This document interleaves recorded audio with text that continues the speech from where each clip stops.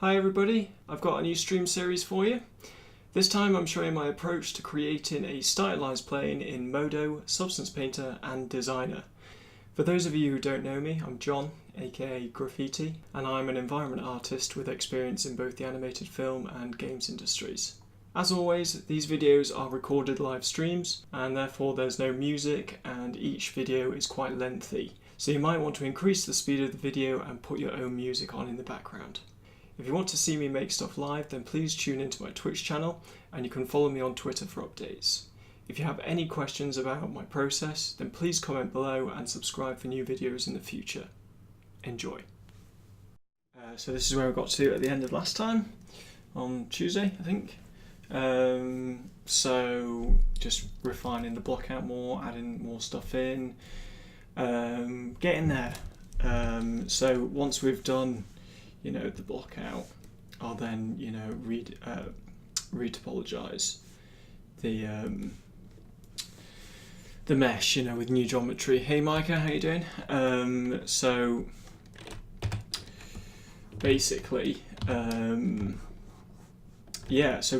really at the end of today I want to be in a position where we're starting to retopologize this, so all our shapes are locked down.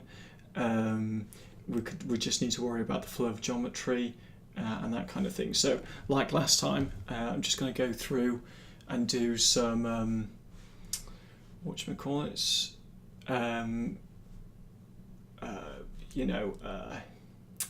like my own feedback, just comparing the new version to the original concept.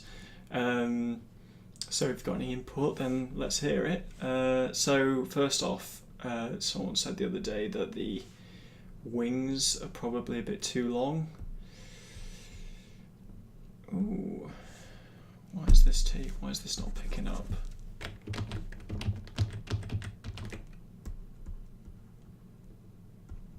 Too long, so it probably needs just to be shortened a bit. Oh, something's not right on this tablet.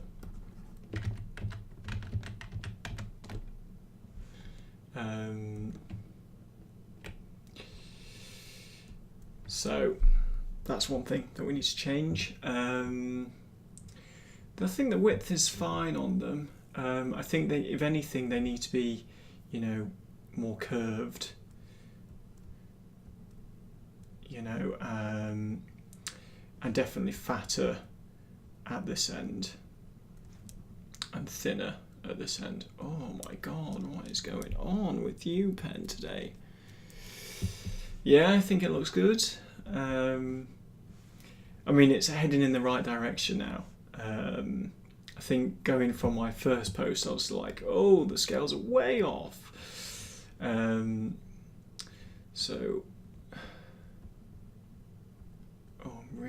don't know what is going on with this.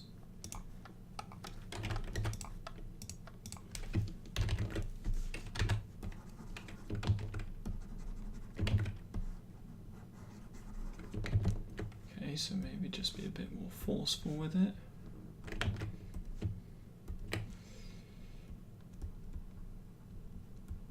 Too long.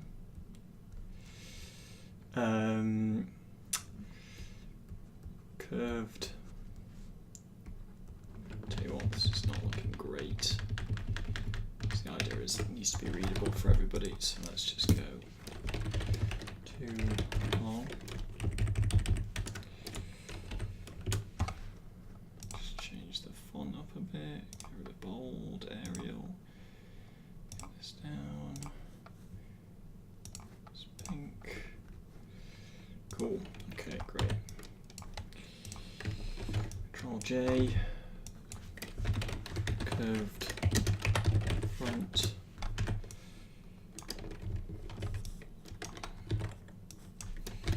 thicker front, thinner at back.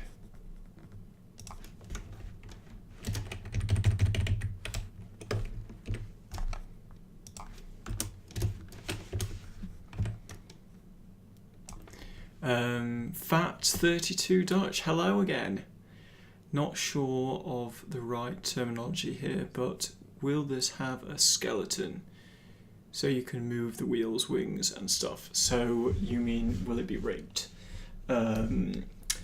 Probably not. I mean, I am going to be, I suppose it's a good point. At the end of, so last week we were looking at what the hell was going on in here, you know, with the wings and how the wheels fold out. And I need to, you know, put more time into that. So getting that working better. But yeah, I will rig it to some extent in that we can move it from one position to another inside of Modo. Just because doing it that way will make it easier to transition between the two things without having to offset geometry. How does this work in here? That's what I need to put. But yeah, good question. I think also the it seems like this bit's still quite long in here. So maybe this needs to be shortened ever so slightly. And then likewise, so we've got an interesting thing with everything here is one line to the grey. So it's like one straight line down here. And at the moment that's not what we've got, so we need to kind of make things a bit more in line. So like so, so that means that this needs to move up. So weird that. I haven't had any other issues in Photoshop. So perhaps that needs to be there, perhaps this needs to be moved up slightly. Maybe some kind of precision mode is enabled. Weird. So this into here, this into here. Actually, let's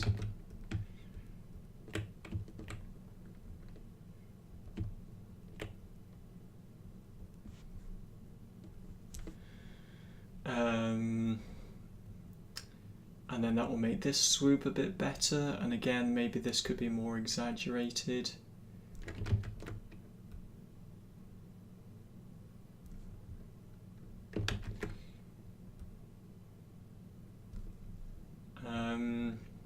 Looks alright, maybe these fins at the back perhaps slightly thicker.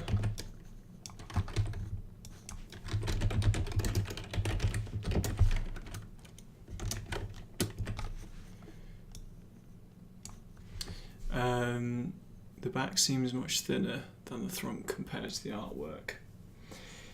Yeah, I think because when I was looking at it in 3D and kind of getting the aerodynamic feel, it was looking far too chunky, which is, you know, good in the what's called in the concept, but in, you know, in the silhouette it wasn't looking as good. There's this line under here. Actually, let's just do it this way instead. Which is here, and it's perhaps too exaggerated now. So maybe there's some happy in between. So that would be worth looking at. Too exaggerated.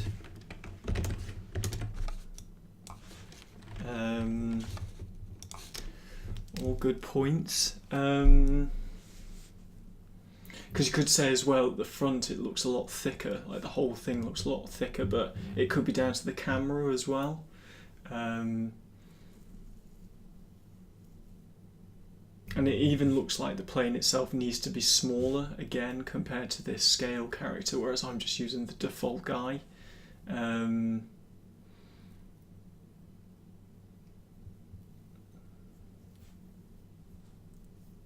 But at the same time I want it to, you know, it's good working to a concept, but artistic license comes into play as well.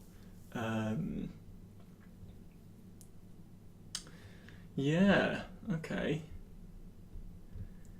And then am I modelling in any sections or anything like that? I suppose that will come with when we do the next pass. Because I could do the texture paneling, the actual paneling gaps in Substance Painter, which might be, you know, a lot easier. But then having just, you know, baking them from the start would also help. Yeah, okay, so that's I think that's a good to go on the backs. So let's say this. It's great to have progression. Yeah. Save. Okay, so into Modo we go. So you must be gearing up to Easter now, Micah. You know, or is it kind of examinations at the moment? I mean, so as we know, it's been a while since I've been at uni, so. Okay, so let's get this back up. So we need to sort out the wings, so let's make them shorter first, and then maybe let's play about with this bit at the front.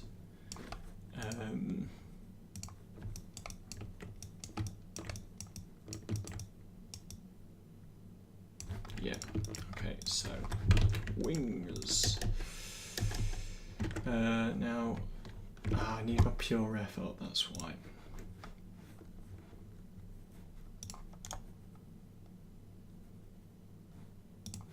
There we go. Okay, so I would say maybe this bit's not as curved. Something like that.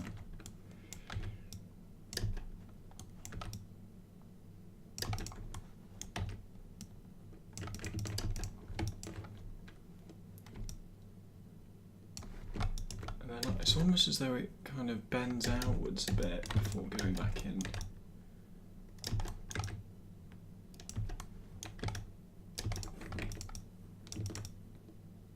Yeah, you're already, I think, just having a bit of a shape here is helping.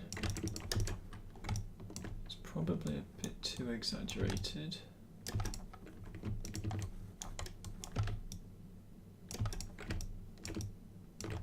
And then if we pull this in,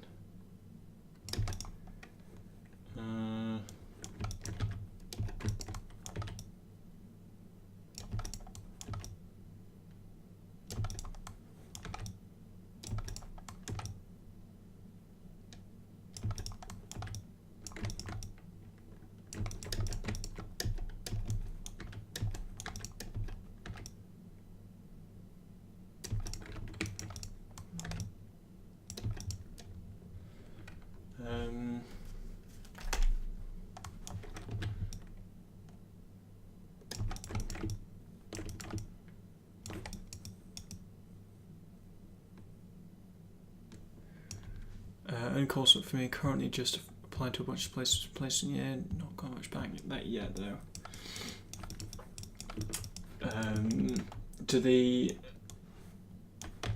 I'm guessing there's limited spots on, you know, yeah, for companies, and I suppose you're competing against other people from your year, which is, you know, that's how the cookie crumbles, I suppose. But yeah, placement. Yeah, have you considered going abroad for it? Curve might be a bit too exaggerated now. Actually.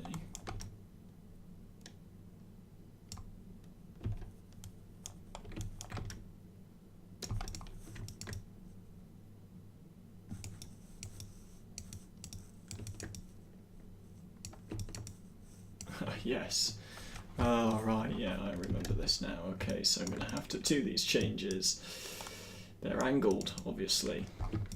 Forgot about that. So, just copy and paste that. This one's 7.5. Take this off, and then we've got an original wing.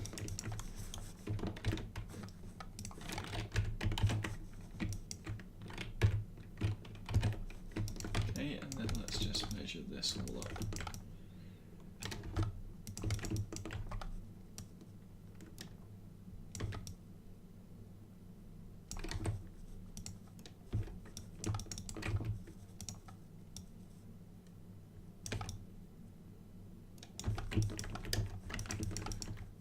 Typical.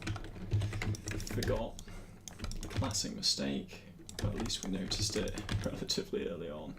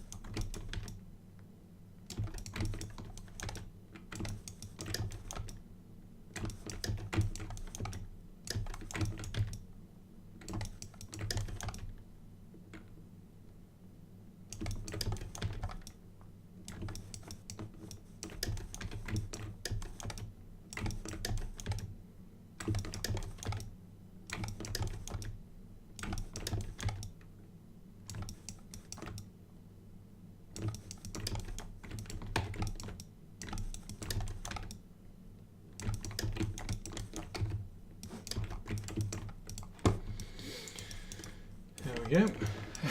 Look at that underneath. Awful. Right, and then in here.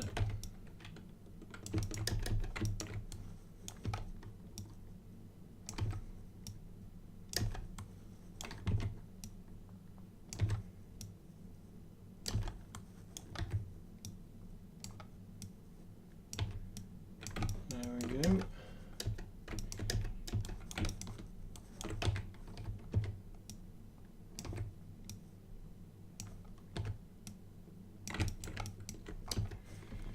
So let's see what's going on in here. Right, so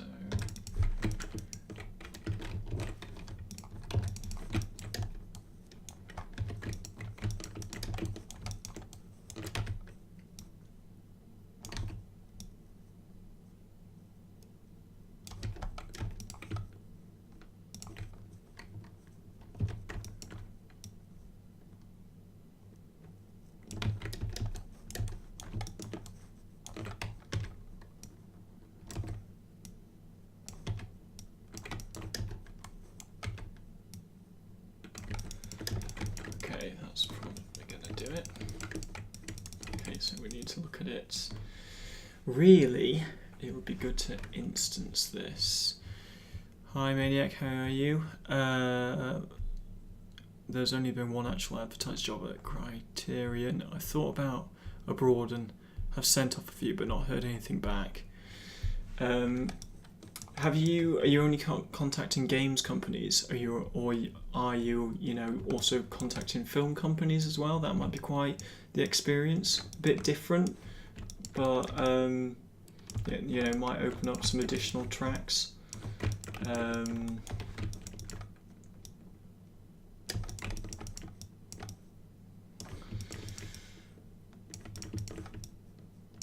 Right, so if we want to work on this, and then we want to instance it, so let's move this over here, and then let's do an instance of it.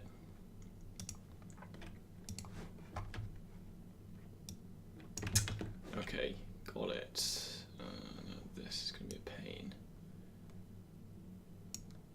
Let's kind of move the center of it.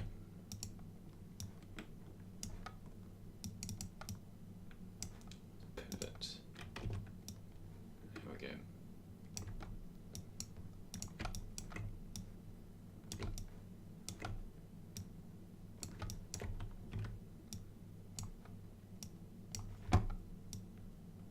Okay, so move the pivot.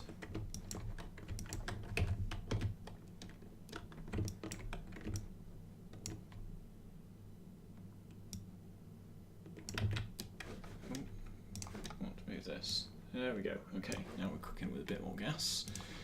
Wing flight, move this into position, so hopefully now we can move this to where we want it to be.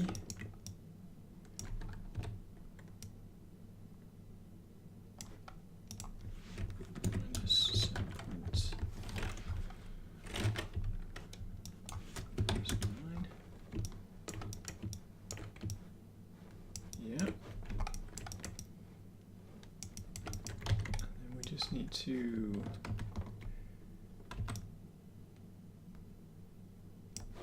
move it to there, turn that off.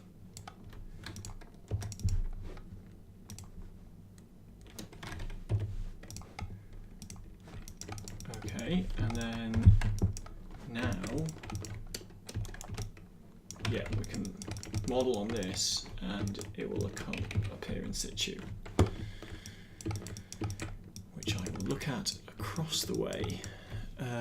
Yeah, okay. Went for a run earlier. My legs hurt. Want to steer away from linear sound design. Fair enough. Would you be able to, have you approached any indie companies, Micah? Because that's still valid experience too. Plus there's probably more out there, than bigger companies, especially in England.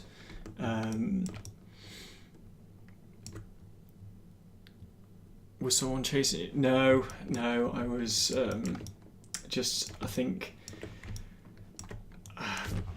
really it's just trying to get on top of the fitness regime. And because I haven't really run properly since I took the car in last week, it's all a bit of an uphill struggle at the moment.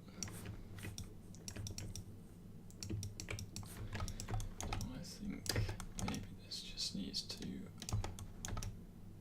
like that. And then the end is kind of not very well defined. Might be better if it's kind of a tighter wing at the front.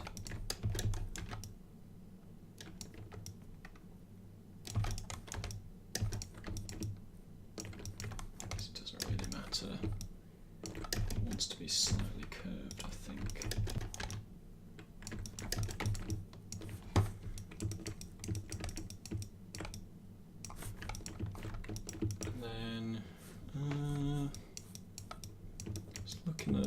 The length away from it. So I've got a camera off screen.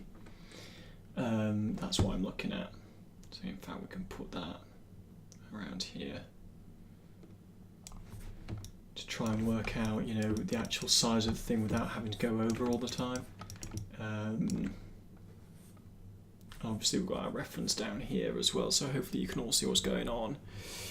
Hey Automech, hey Nick, how you doing? Just soldering on with this. Hopefully this will be like the last block out stream. I can start retopologizing after this. So just before you came in, I was just looking at, what's happening on the original and what we need to do in here to get it working and stuff a bit better. So yeah, hopefully. Actually, one thing that I didn't put on here, which I need to, is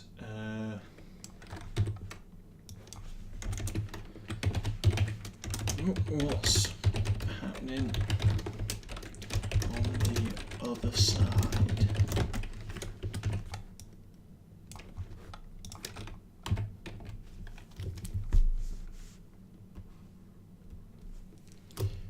Because I need to figure that out as well.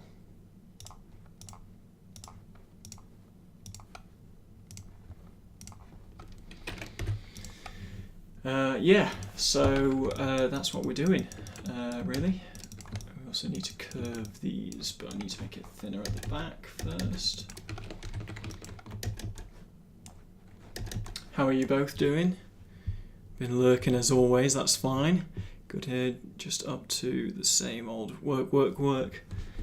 Is that said in like Rihanna's voice? Work, work, work, work, work, you know, where she doesn't actually say it, especially by the end of the song.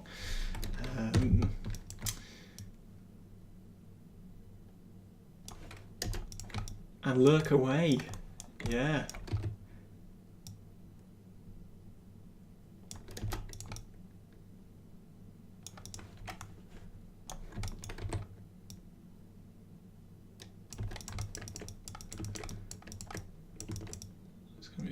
Not to get it so thick. You know what I could do here as well? I could instance this mirror. I mean, instance this mirror. I could do an instance mirror of this instance. Instance mirror on the X light. Yes! Good old Modo. So now everything changes. Oh, that's way better. I need to do that more often, I think. Right, okay, so we were looking at thickness of the wing. I think it's getting... There really isn't enough screen real estate sometimes. Yeah, so it's thicker in the middle, so maybe it needs to be thickened up at one end a bit more.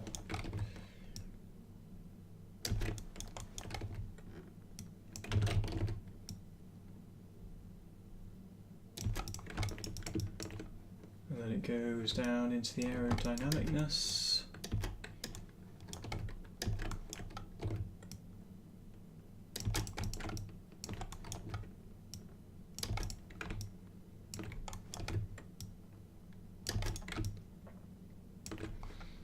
Just trying to get it more wing-like, more than anything. And then let's bevel in here.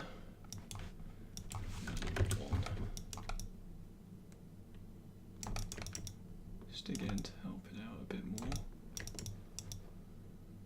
Some more curved, and then I think it'd be worth beveling this top one.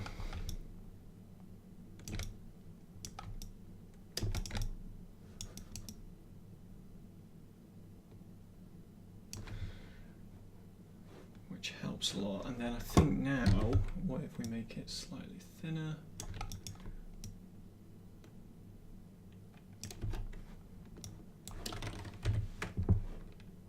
Yeah, seems alright. How is work, Automech? Did you get round to with the what do you call it, the underwater challenge? Did you you know, I know you finished in time for the deadline, but did you go back and rework anything?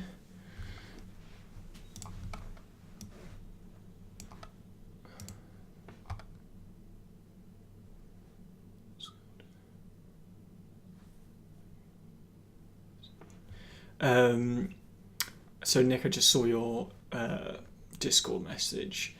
I would,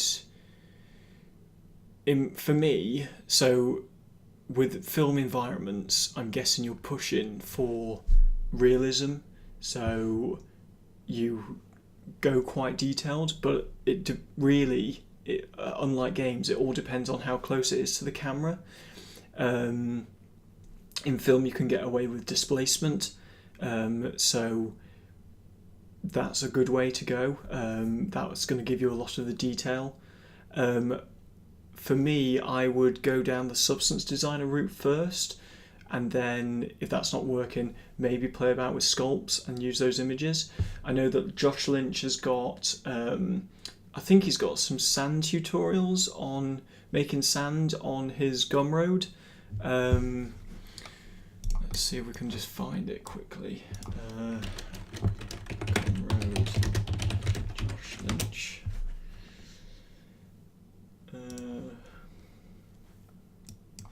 That might be worth.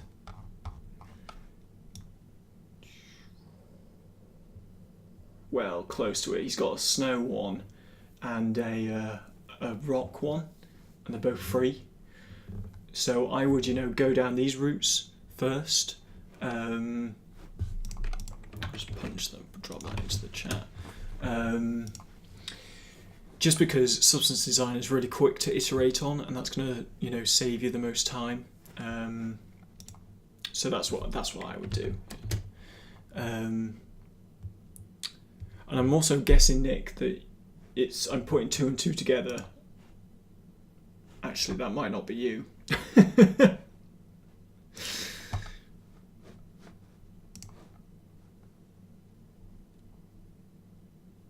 No, I think it is. I'm going to go with it is you. Otherwise, I'm going to have to reply to this other guy called Nicholas. I'm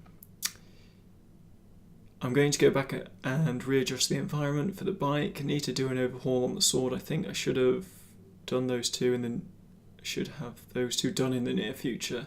The squid printer is going to take a while, though.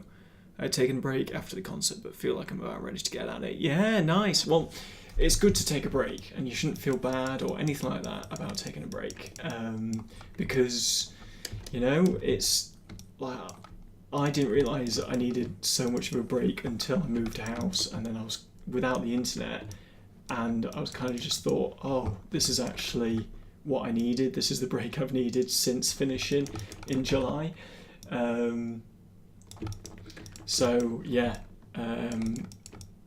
it's don't feel bad or guilty or anything like that about taking a break. But yeah, I mean, also you've probably learned a lot about the amount of work it was to complete all that work. And I think one little trap that a lot of people fell into was doing 3 different models and suddenly going, right, so shit. Can't reuse many materials or assets or anything like that.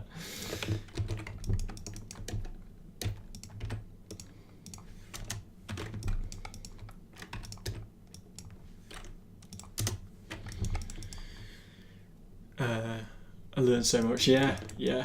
It's kind of amazing, but I think because it forces you to get into areas that you don't really know anything about.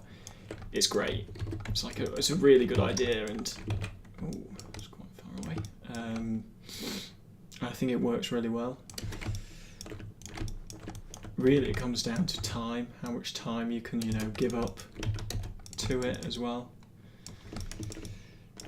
This might need exaggerating more, so let's get a fall off on. Reverse it.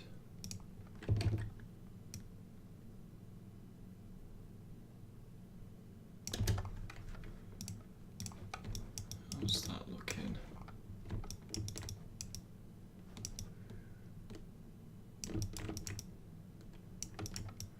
I think it fits the plane a bit more. Obviously we're getting some weirdness, and that's to do with the geometry. And I suppose we are kind of going a bit more into detail on these than we need to right now, but I think it's good to have something nailed down for more of the shape on this one.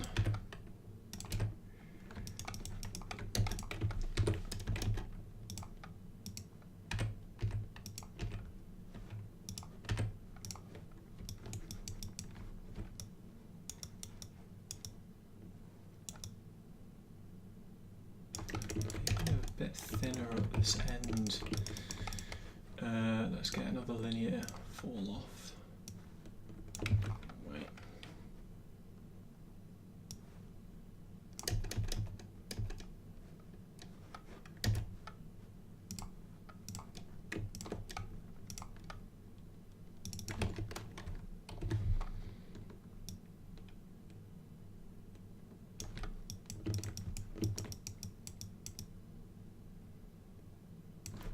Might reverse this as well, actually.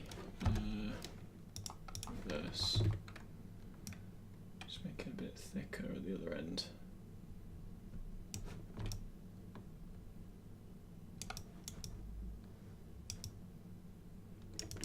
again, a bit Micah at the beginning of the stream. I know you were talking about, you know, the fatness of the back of the thing. This is what I mean about, you know, the concept getting you most of the way there, but when you get it into 3D, you suddenly kind of realise things aren't as, you know, aerodynamic as they could be. Ooh, I'm just going to follow. Yes, Kotor, Chotor, thank you for the follow. Introduce yourself if you're about, or lurk away, whatever you want. Also, I've got a cube in here for some reason. Let's get rid of that.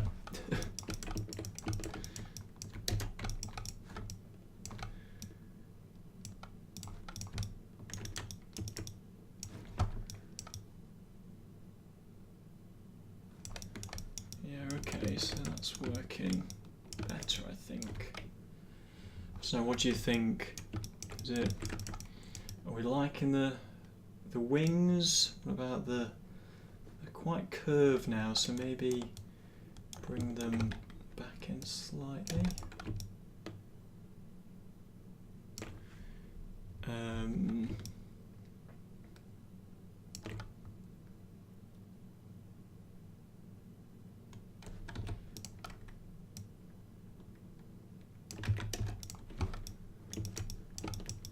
Yeah, I think that works. They're working a lot better with the size of the plane, definitely the length of them.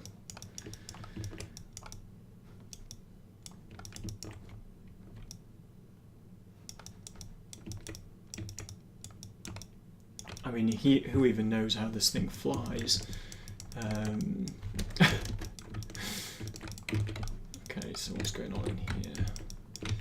It's not going to do it, so let's go uniform here, uniform here, link this up to here, link this up to here.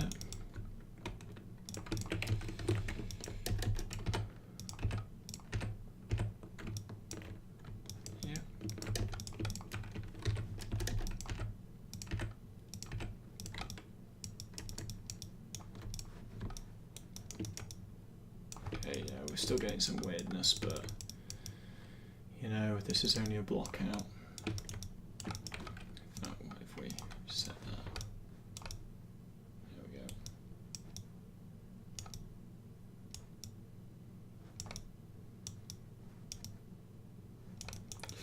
go. Right, cool. I'm going to leave the wings there then for the moment. Let's just save this as a new version.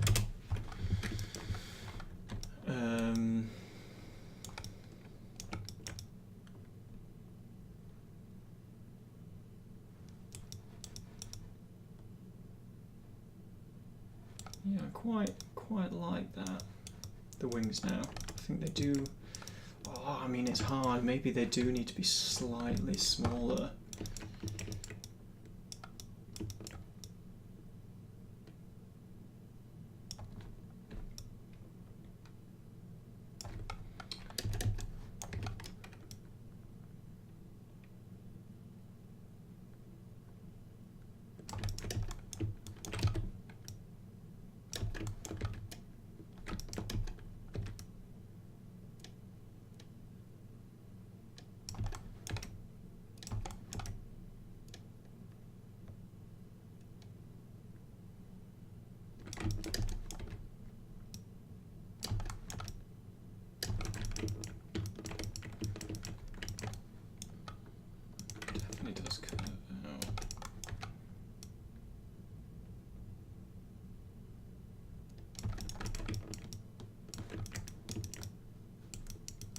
Almost like God, it really is difficult this. I think I've made them a bit too short now. It's not very much in it, it's kind of like a weird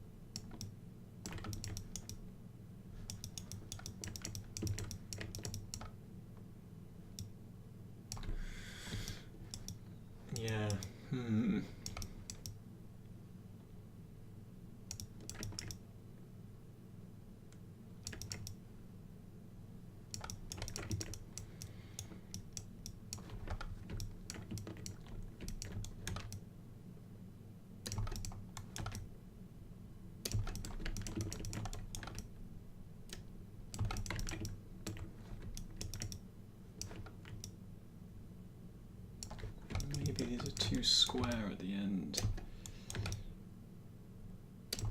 Let's bring them out a bit.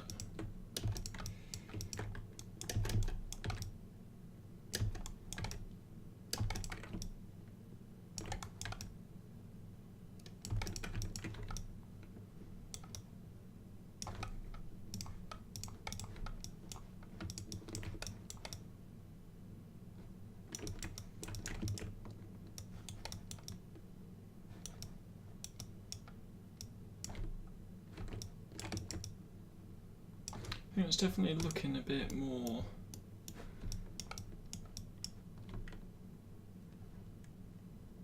in shape. I think if maybe what's not helping is that this bit is too far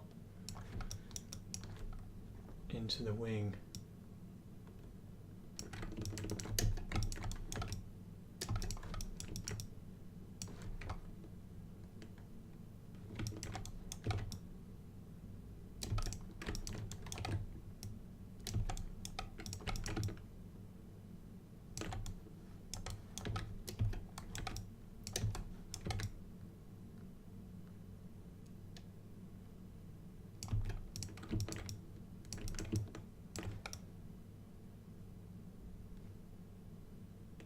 Yeah, actually, I think that's helping.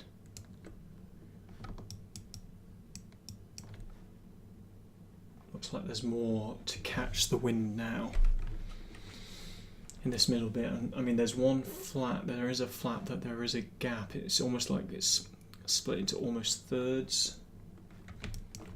1/3, 2/3, so we've probably got enough space now.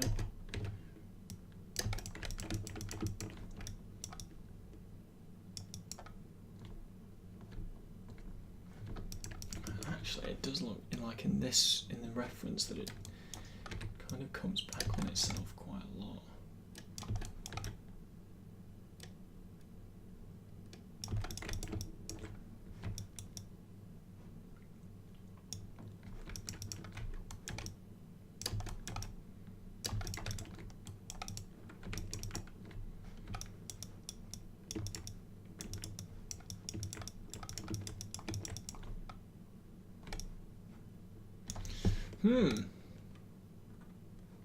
We just spent 45 minutes doing wings. Lovely. Need to get a wriggle on. Maybe pull this out.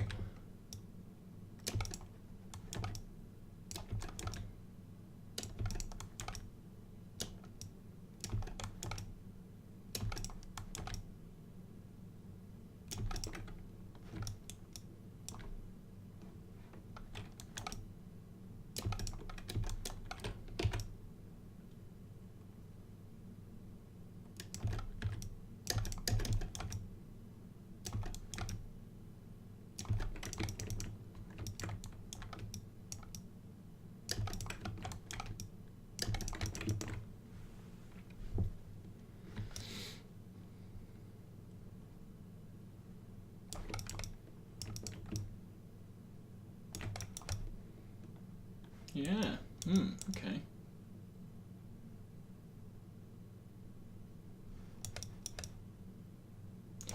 Yeah, I think that's working relatively well now.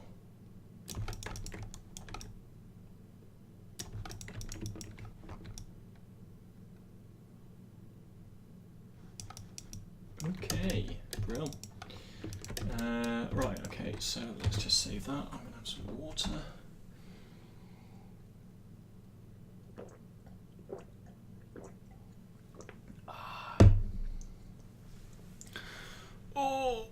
Oh, God. I need to do some more stretches. Oh, my back. Oh. For a second I thought that you might be able to hear my back clicking, but I don't think you can. Right, so what else was on our list? Sort out the wings. Too exaggerated back, and this front bit needs to come back a little bit as well in comparison. Okay, so let's have a look at this. So we need to select all kinds of bits here.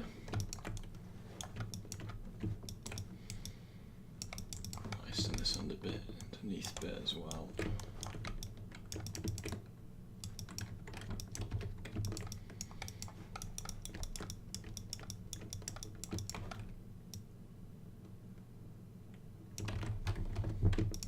Forgot some other bits.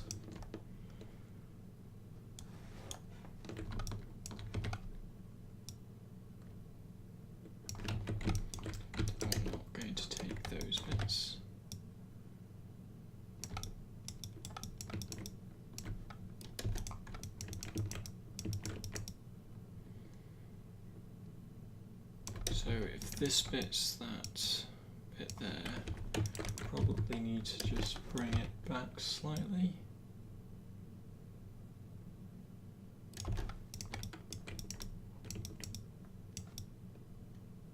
I think that's a better size.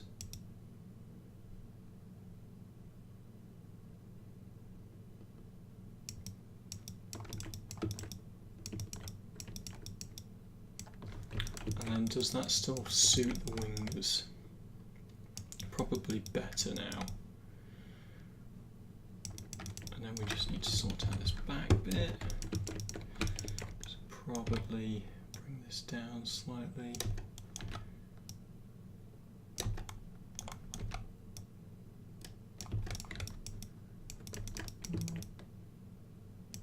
So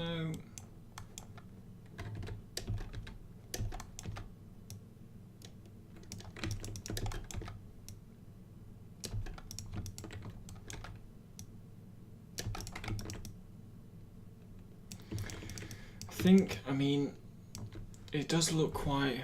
Is that another follow? It could be. It is. Oh, Dallas from the other night. Hello. How you doing? Thank you for the follow. I was wondering, actually, if we'd ever see you again. Or if I'd ever see you again. It's quite nice to have someone else from the industry in here as well. Or, you know, with the interest to come along. Yeah. Is it, you know, I mean, if you're lurking, that's fine. What time is it over there for you? You know, is it evening? Is it daytime? Are you at work, etc.? Just be interesting to know.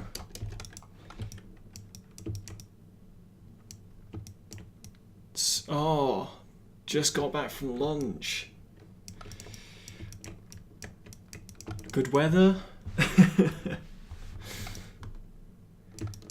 Coast through the afternoon with me. Well, not coast through it, obviously. I'm sure you've got plenty of stuff to be doing.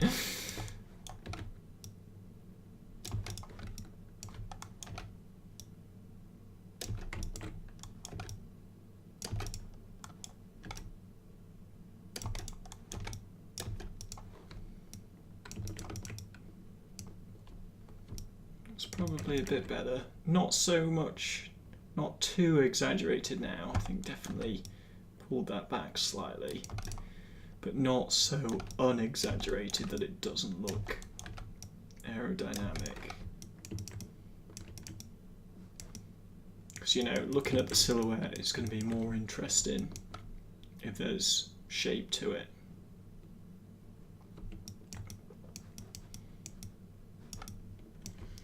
Raining in Vancouver. Did you draw that concept yourself? No, I didn't draw it myself, but I will link you the guy who did. He's actually a concept artist at TT.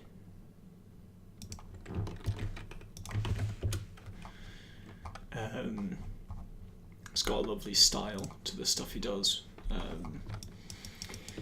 Which I'm undecided. I think I am going to go down the realistic route, and then perhaps if there's time, let's see what Stylized brings back. You know, do like a cell shaded in Modo thing.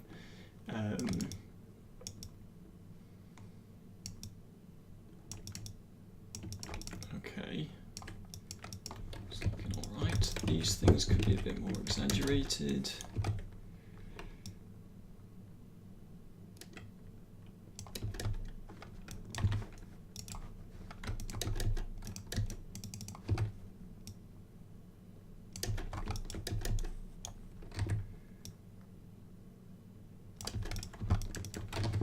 Maybe make them a bit bigger,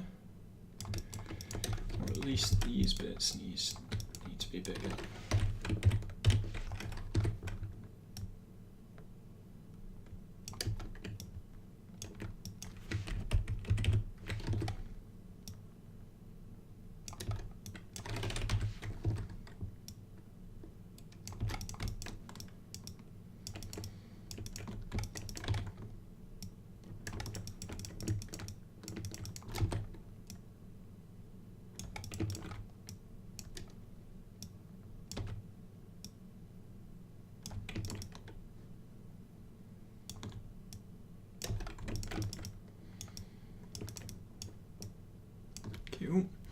Do you reach out to these artists on ArtStation to see if it's cool to 3D model their art? In a word, no, I don't. Generally, I will, when I post it at the end, I will, what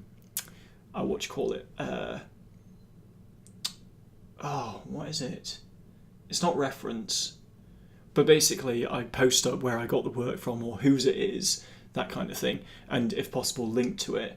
But generally, so in this case, by posting the guy Ian's link every time I bring it up, I feel like that's enough kind of for the moment while I'm working on it. And then when I'm finished, I will say, original concept by Ian, here's his ArtStation account.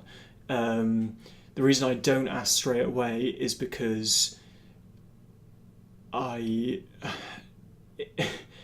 in a way, it's kind of like, if I ask and I'm waiting for a response, then that's time that I'm wasting when I could be working.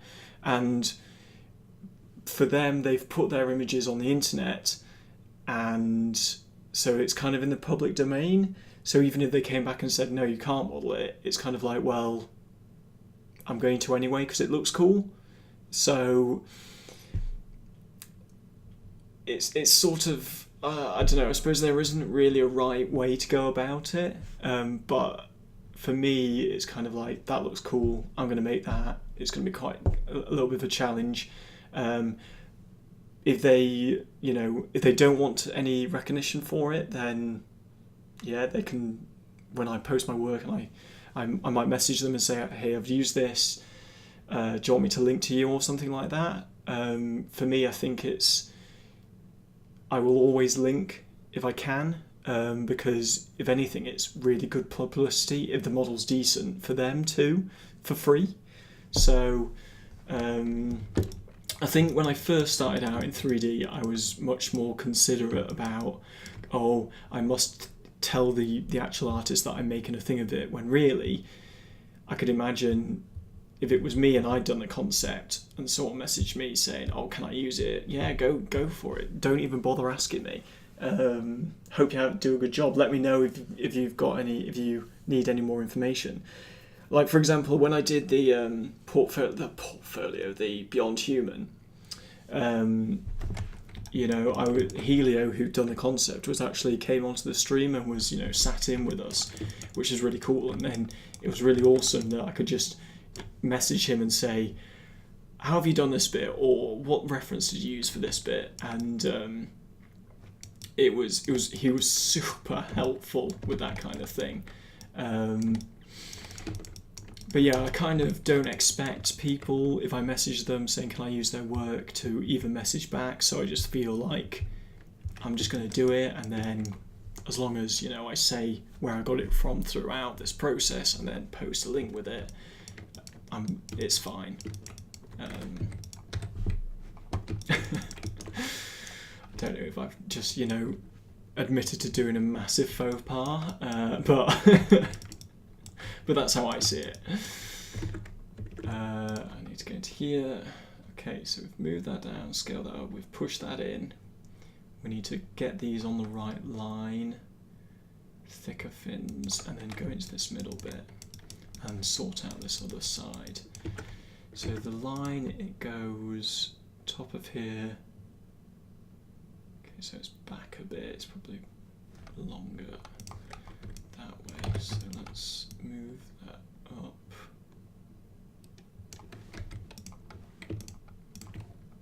This will just can't paste onto one thing. Ooh, shit.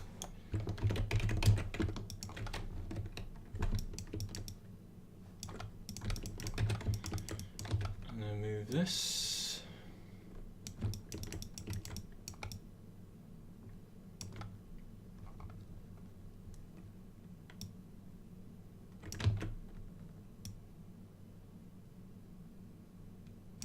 It probably comes out more.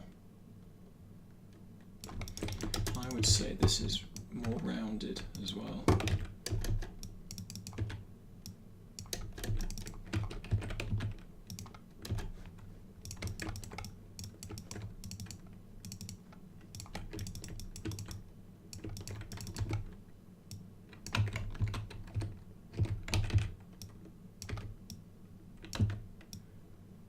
How about you, Dallas? Do you... yeah, I was gonna say. What do you do? Do you, contact people when you can, or do you just, crack on? In fact, leading up to that, are you working on anything at the moment?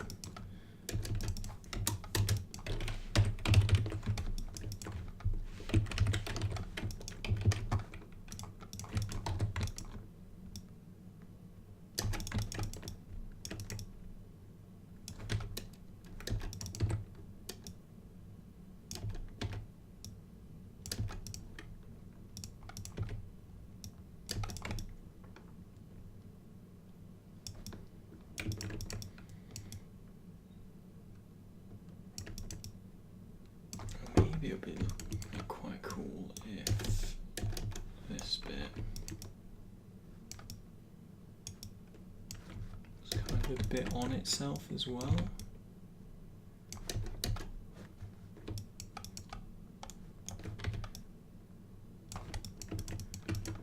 So it's kind of curving around for the user.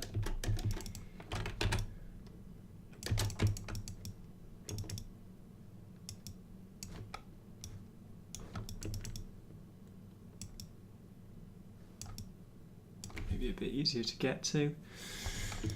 Right, and then this bit. So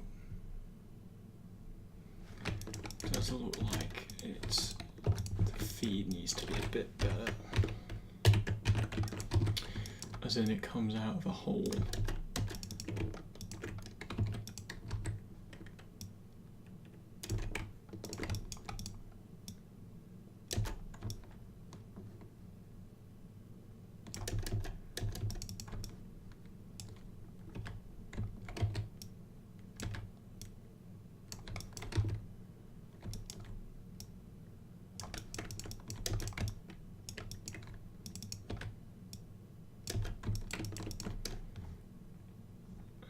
Ring within a ring.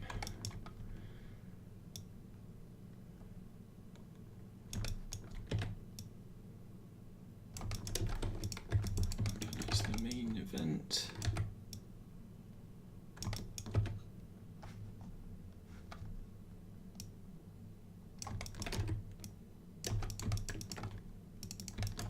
And what if we actually scale this out?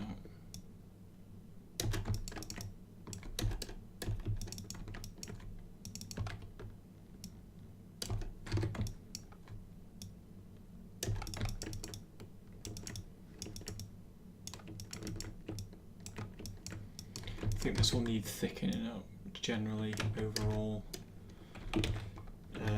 when it comes to modelling it properly.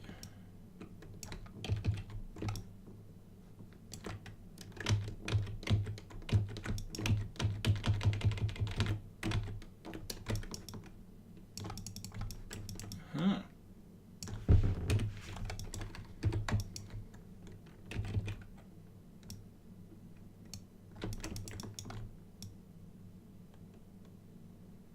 It's big, but it's not as big as that bit.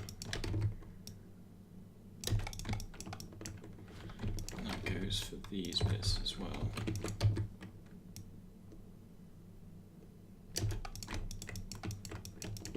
And probably these underside bits.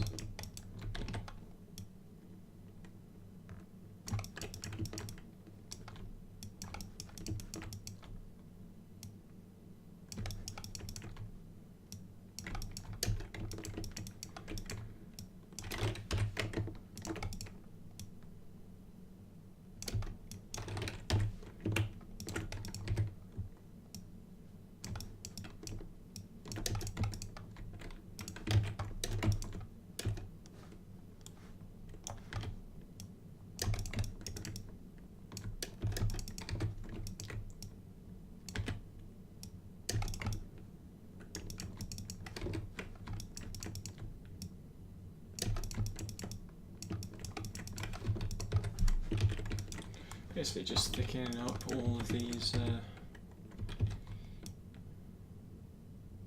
elements.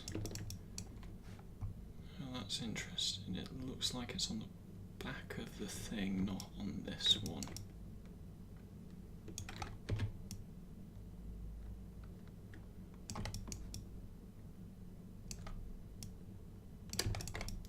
Something like that.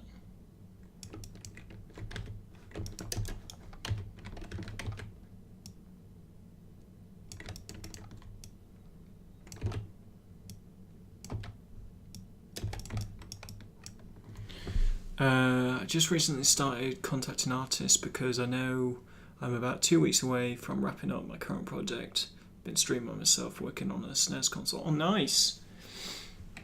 Nice, nice, nice. I've seen a couple of those go up recently.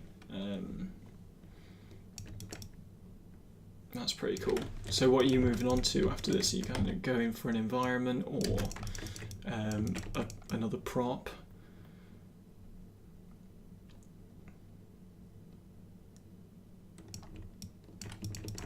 Looks alright. Move this out.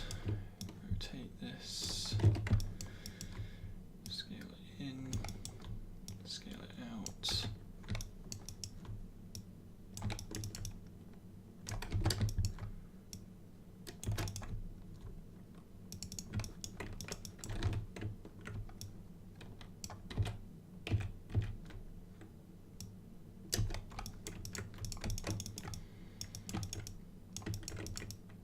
Making things a bit more obvious. Even something like this might be worth moving out a bit more.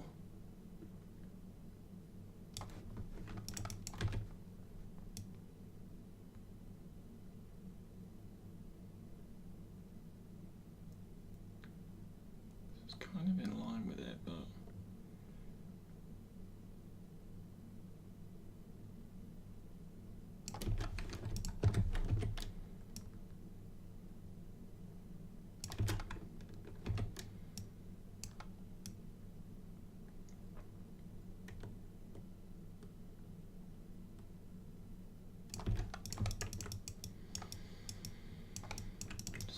that, and then we can afford to make these a bit bigger.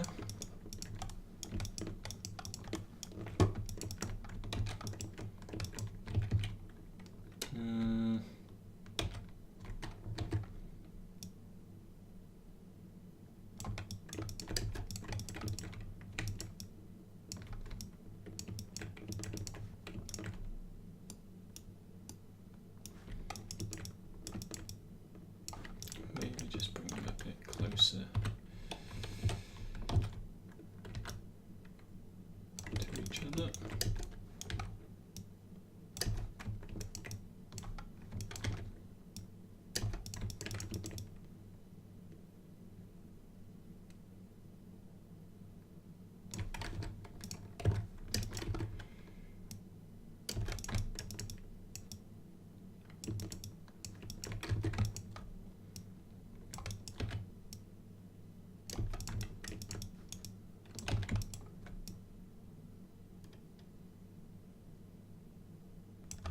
Okay, so let's look at this a bit more. So I think this needs to be thinner. And annoyingly, I've got these on both sides. So let's get rid of one and instance it.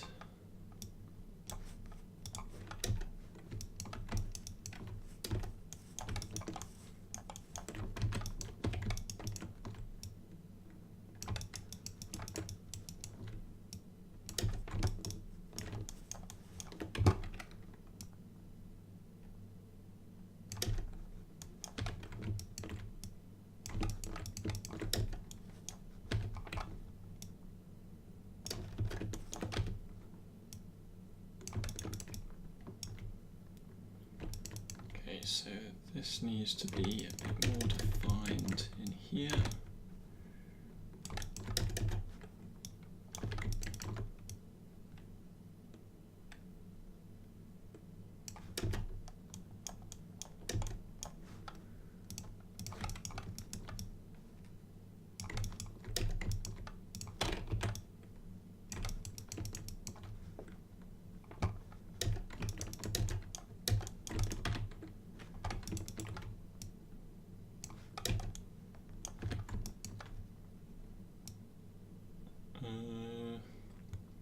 Shape of this isn't really working.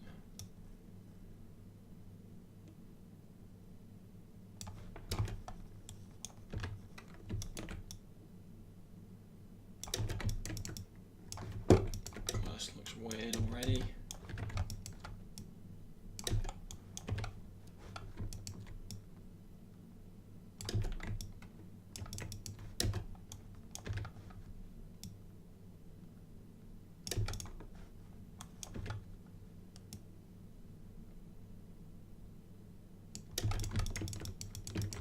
Something like that, and then this needs to move further in.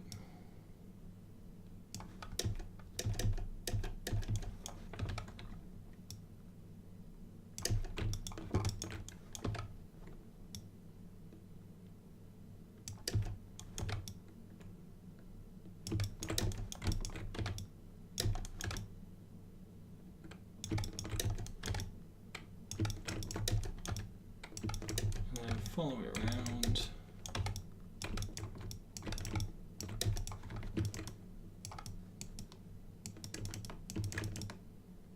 Okay, and then down here, this comes straight down instead.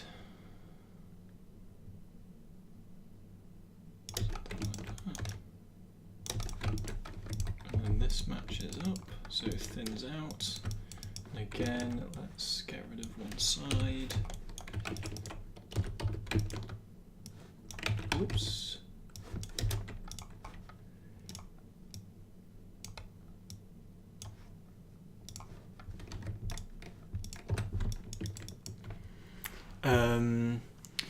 Do you find talking and working at the same time difficult? I feel like right now I'm struggling with that when I stream.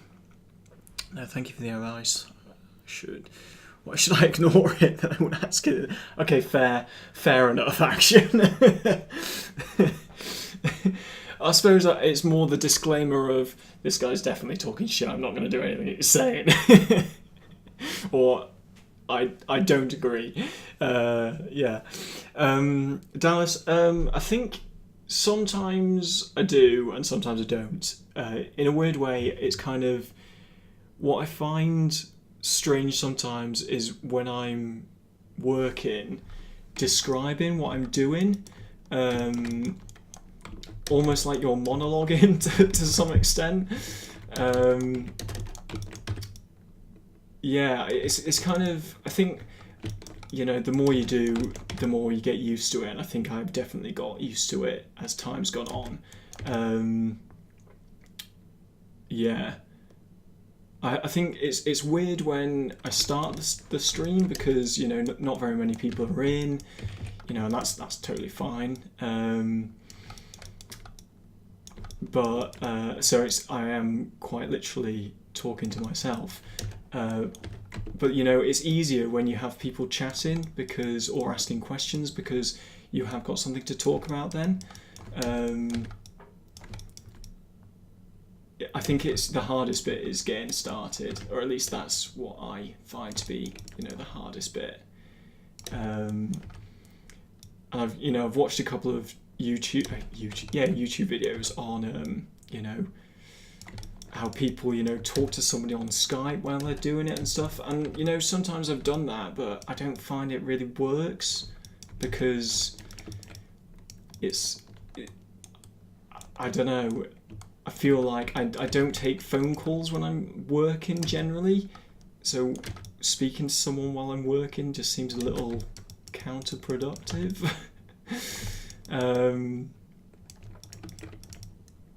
Yeah. And it's kind of, I think, without people, you know, asking questions and stuff, sometimes it does feel like, what the hell am I talking about? And I've got the numbers of who's on who's watching currently on another screen, so I'm kind of like, I should be entertaining people, but at the same time I'm like, well, this isn't, you know, an entertainment stream. Like, the reason I'm streaming is because I want to commit to doing more personal work in my spare time, and that still is, you know, why I stream. And because I was talking to someone about this on Twitter today, they were asking, you know, what kind of thing do you do to make yourself work more at home? And I just said streaming for me, even if no one watches. That's time I have to be at my computer, that's time I have to be working, and because you're streaming, it stops you from procrastinating as well, you know, scrolling through Twitter or anything like that. I've really yammered on, and I think that's the other thing, is I find myself talking. Sometimes it's like goes off on tangents and sometimes it doesn't, and then I finish talking and go, did I even answer the question? Yeah, so it's difficult, but I mean, I think what's harder is what you might have experienced with your YouTube channel, in that, I mean, admittedly I haven't seen any of your videos yet, but you are literally just talking to yourself or at the camera about when you're going through tutorials or something. And I could imagine that's quite difficult, at least with Twitch, and you've got people watching but also talking and chatting, or asking questions. It kind of makes it a bit easier. God, really did yammer on for that one, actually. No. I might bring this down. I think also it's like doing the creative stuff, and kind of talking through why I'm making some changes is quite good, because when you talk about it yourself and you're kind of explaining it to yourself why we're doing it, because I know that sometimes I've changed something and then gone, actually no, this doesn't look right, it's not working in the right way. I think it definitely helps, you know, kind of explain why you're making changes, and if it doesn't look right to yourself, then yeah, change it again. I can tell you right now that this isn't going completely the way I want it in terms of flow, geometry flow around these points, but I think all I can really do at the moment is just kind of match it up as best I can in the block out, because again, this stuff will be refined. And I think also what's hindering me right now is the fact that this is still block out geometry, so it's pretty rough geometry, and like all the edge flows are all wacky and that kind of thing, whereas when we come round to doing the retopology, everything will be flowing in the right direction, and therefore it will be easier to manipulate.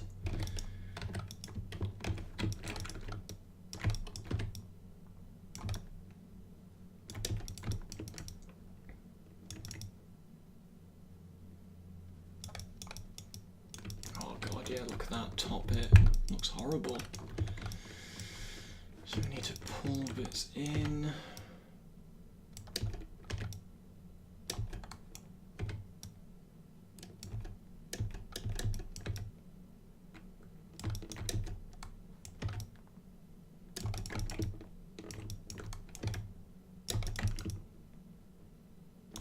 that's why I like working in orthographic, because you get to see it from all angles as you're doing it. I feel like there's so much, you know, information you're missing out on when you're not using orthographics.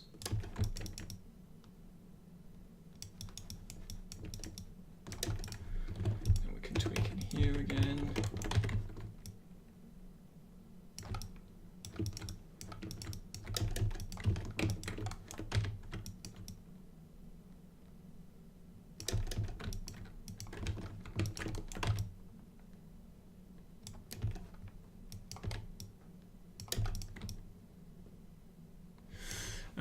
Yes, I notice it is a lot easier when you have chat active, but the first 3 live streams, it was just me, so it was very difficult.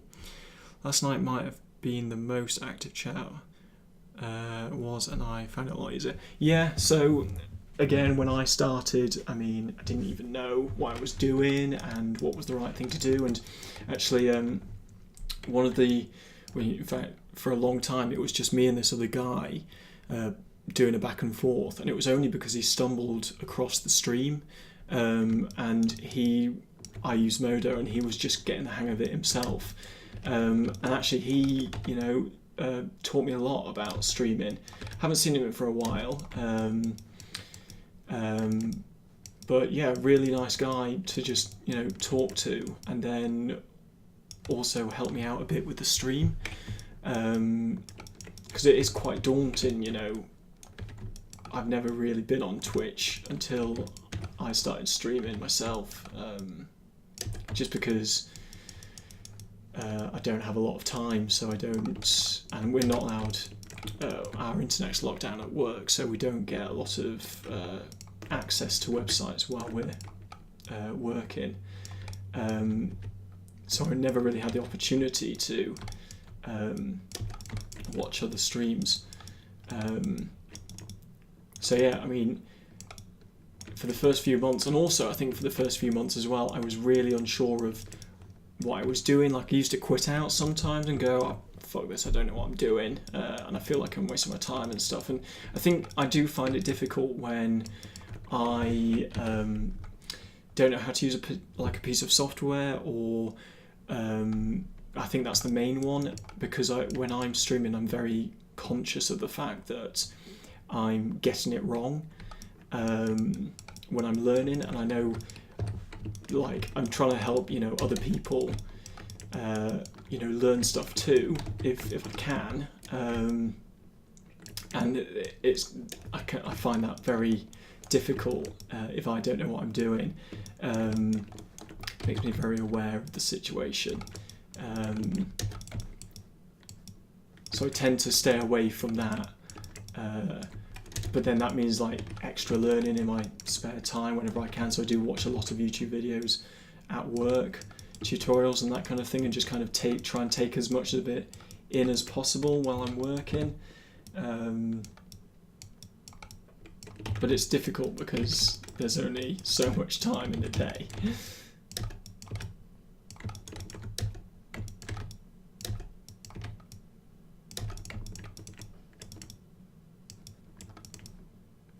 Okie dokie.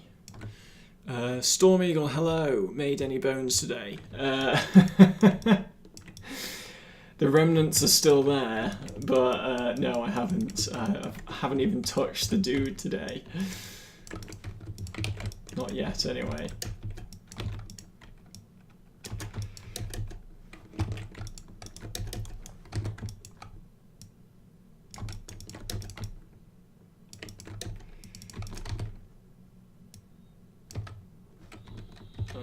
Maybe slide this.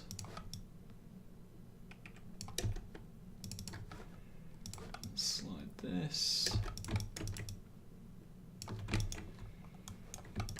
feel like this needs beveling out a little bit.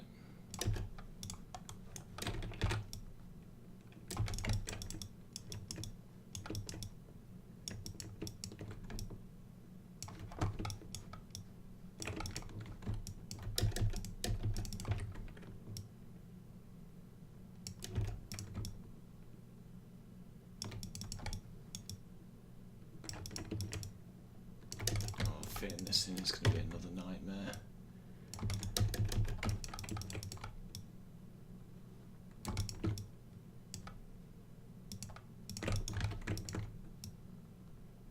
Just make it thinner. And then we can pull this in.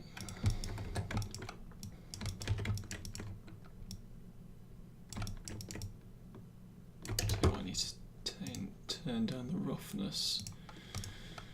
Oh, sorry, the Fresnel, because that's throwing me right off.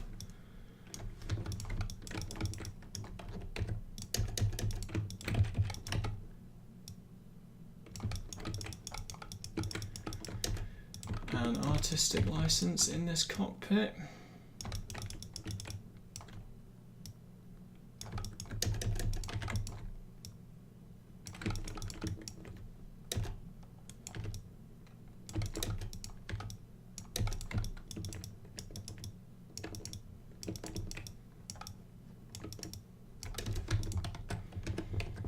This other side, actually, select all this,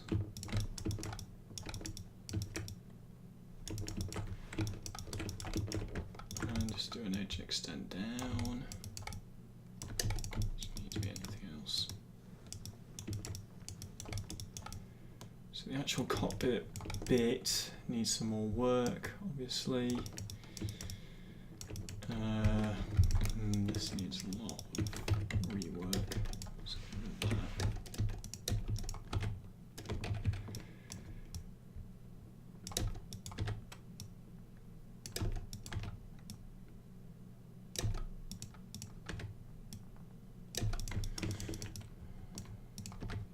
Yeah.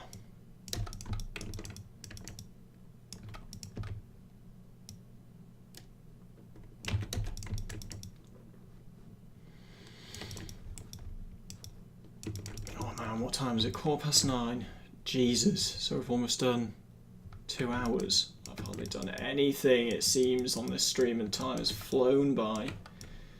Ugh, shit. I was hoping to start on the retopology, but I don't think that's going to be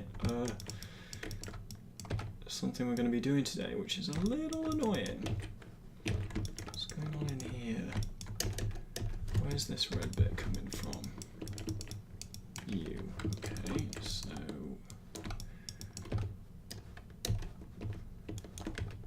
push you inside. Yes, we can.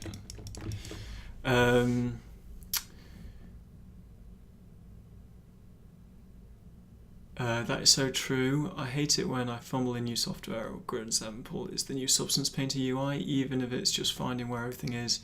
It's now placed. I feel like I was doing a disservice streaming with having difficulty. Yeah. Bet that plane would be extremely unstable in real life. Yeah, ridiculously unstable, I think.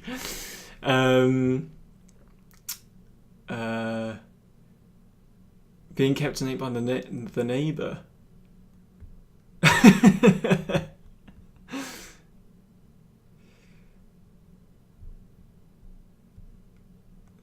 You could ring the non-emergency number.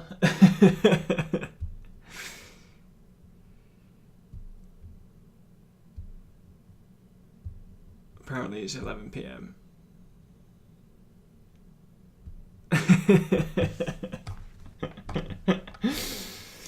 I don't think anything's going to get fixed anytime soon. I'm sure you're aware of that. Also, I've noticed that it's now flat down here. Oh my god. Dallas, I'm going to be using the new 2018 version of Substance Painter, and I am going to be running into those issues. I just know it, and there's nothing I'm going to be able to do about it either, which is it's going to be really frustrating for me. Oh, Fresnel everywhere.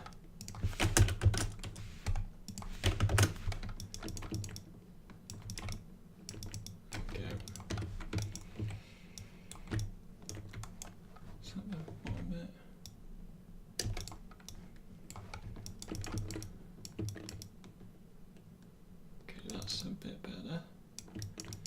But I now feel like this needs to come down further.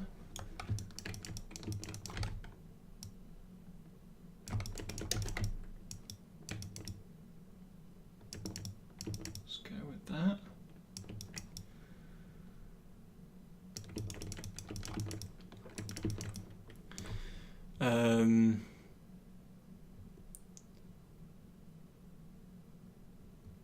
This one is nice, but I had to change my TDR. Oh, the graphics card thing, yeah. I think with every iteration of Substance, changing the TDR is kind of a, yeah, something that you need to be aware of and do. It's weird because until you experience that, you're kind of like, what the hell is going on? Why isn't it working as it should? Oh yeah, right, okay, that makes sense. So this actually is some kind of guard on top of it, so let's make that a bit more obvious. Right.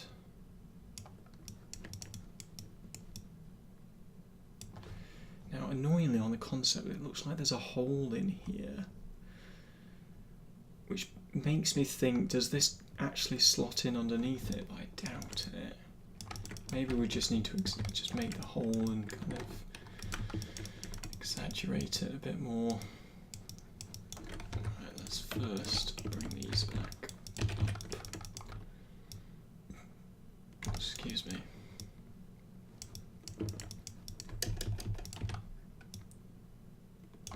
Okay.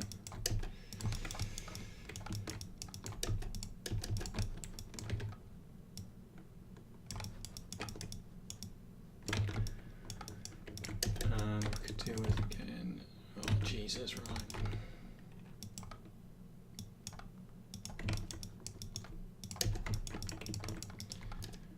So what was that? This one.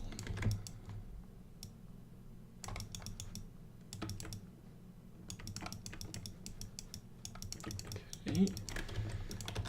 How's this? Something we don't need.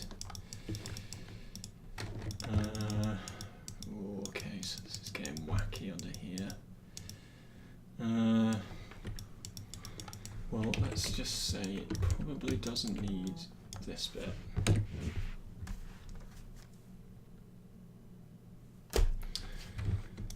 And that's where the pinch is.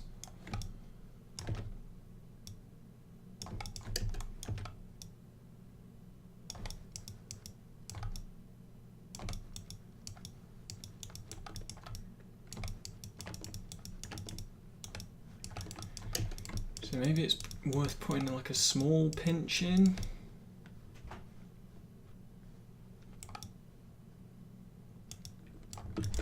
And we'll just do a separate mesh for that because it's going to be a right pain.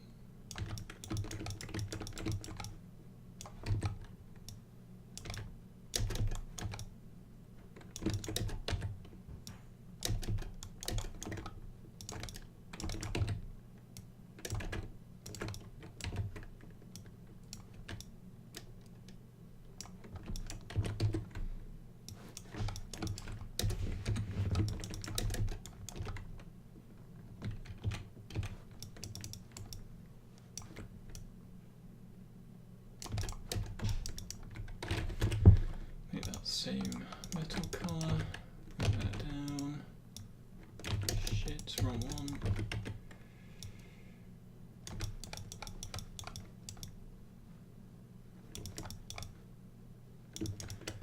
Give us a bit more room to work with the wings, I suppose, or whatever governs is going on.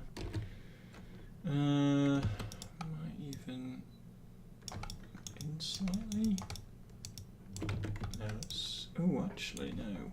If we bring it in, it might work a bit better and actually bring it down here a bit.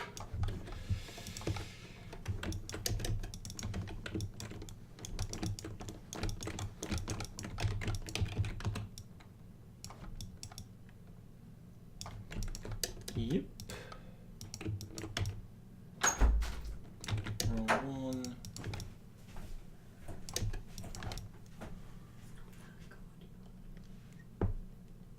That's awesome. That's so good. I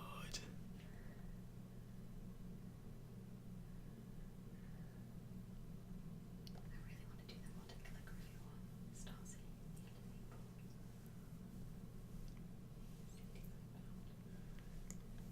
I want to contribute. That could be my birthday present.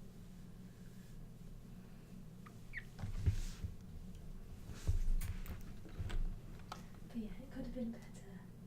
And I didn't get round to doing it on card. Could do it this weekend. Maybe, yeah. I think it looks great. Like, really good. No, I'm good. I've brought some nuts up, but I haven't eaten any yet. Oh, are you hungry? I'm now feeling it a bit more. Sorry. They've caught us trying to whisper on stream. Sorry. Yes, it's Eel. Yeah, that's Lisa, my girlfriend.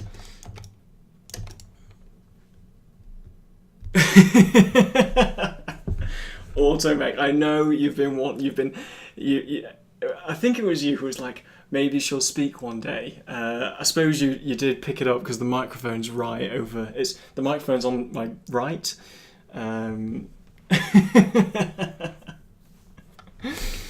So yeah, that's another thing, Dallas.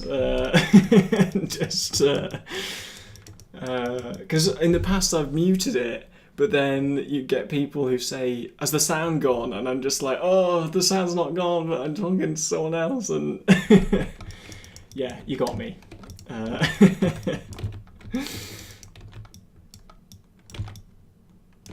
Lol.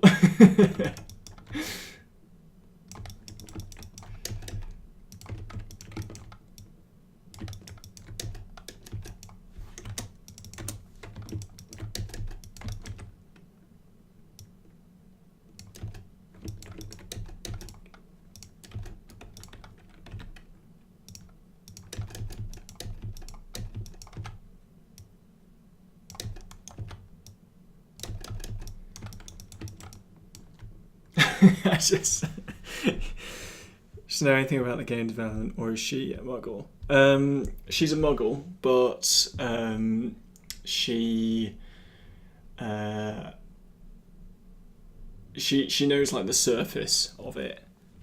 Like, so when I talk about, say, set dressing or modelling or bug fixing, she kind of has an idea of what it is, or / she knows what that is. But in terms of actual development, she doesn't know any of the actual anything that goes, the ins and outs of it, I should say.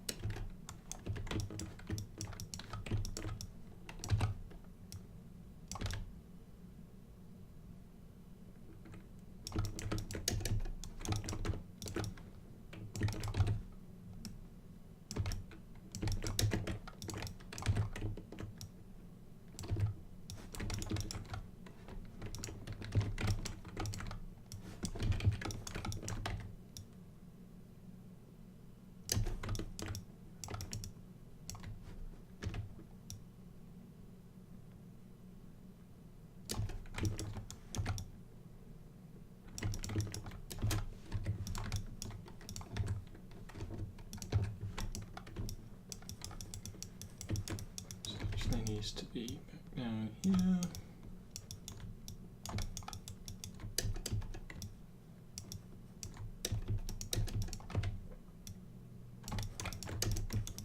Okay, so I'm kind of glad I put that in, because actually I was wondering, is this going to be worth it? But I think it'll be good to have a little pinch.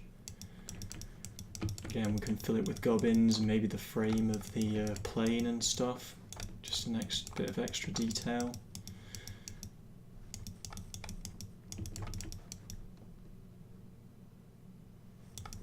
Might be worth, making something a bit better at the front as well.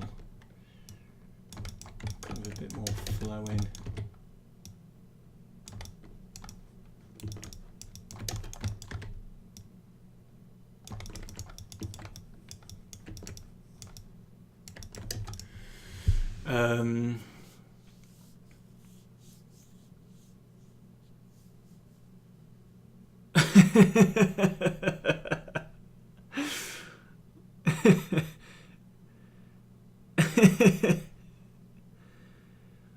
Yeah, action. I think it's definitely, you know, this is, you know, why I harp on about planning and getting the block out right, because we're just still in the, I consider this the block out stage. If you get it right here, you're going to get it right in the end, because you've done a lot of the hard work already. And you know what, we actually don't have a lot of Lego in the house. In fact, I say that we've got basically none. I think a lot of people at work see it as a bit of a retirement plan, which, you know, makes sense for, you know, the more limited edition stuff. But I just, right now, I'd rather take cash than plastic.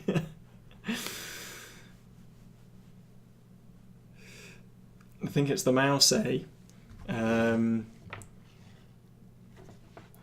Yeah, it's kind of weird. I had this mouse in my old job, and it's a really lovely mouse. It's not even like a complicated mouse. It just feels real nice. So now I just thought, right, that's the mouse for me, and I just get it every time now. Try and get my hands on it anyway. Right, something. This should be grey. This one looks weird. Let's move it in as well.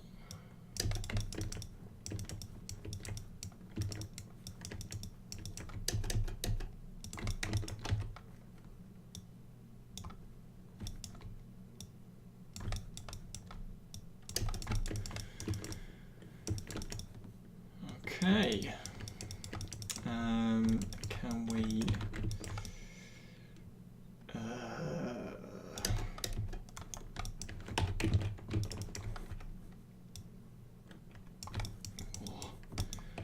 Weird, moving in all kinds of directions. Move this down here.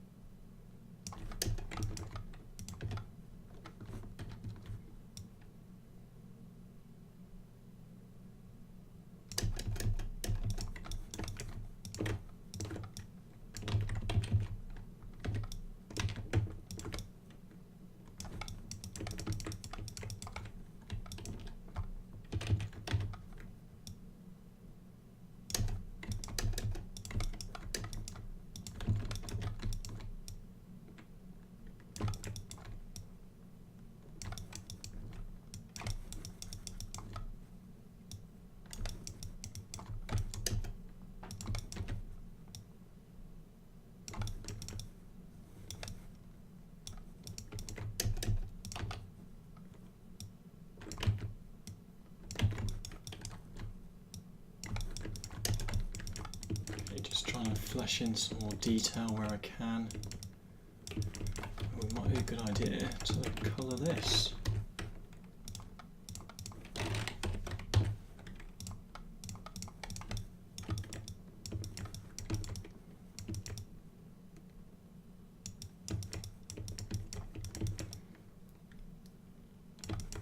And we need a wingtip. Save this. If Lego did make Lego currency though, do you think that Lego have gold Lego brick in their vault where they keep all their money? Also, the safe is just made of concrete and metal Legos. Oh, the neighbours stopped. Good, good. You know, if I was Lego, I would get a solid gold Lego brick, get one melted into the shape of one. Or you'd get 3 so that you could at least stack them. You know, that would be pretty cool.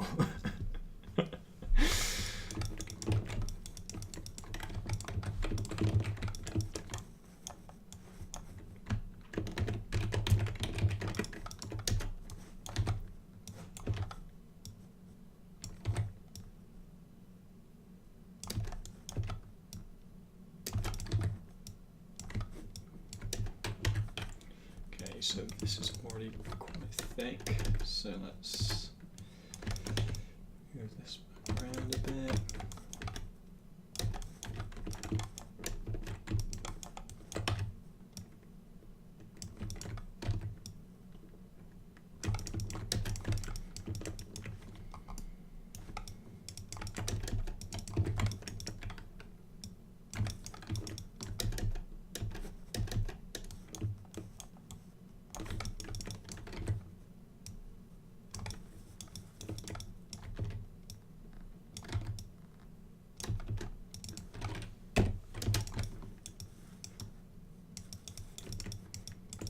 Just something in place. Just down a bit.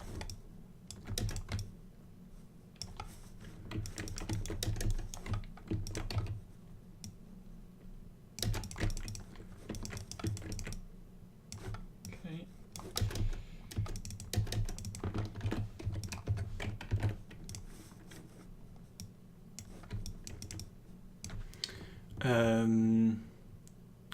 Did you see the GGC raycasting demo? I did, yeah.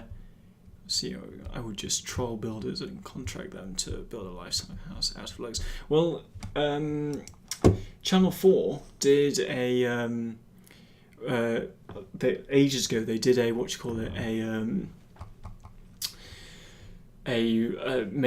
would it be possible to actually make a house out of Lego? And I think James May was in it.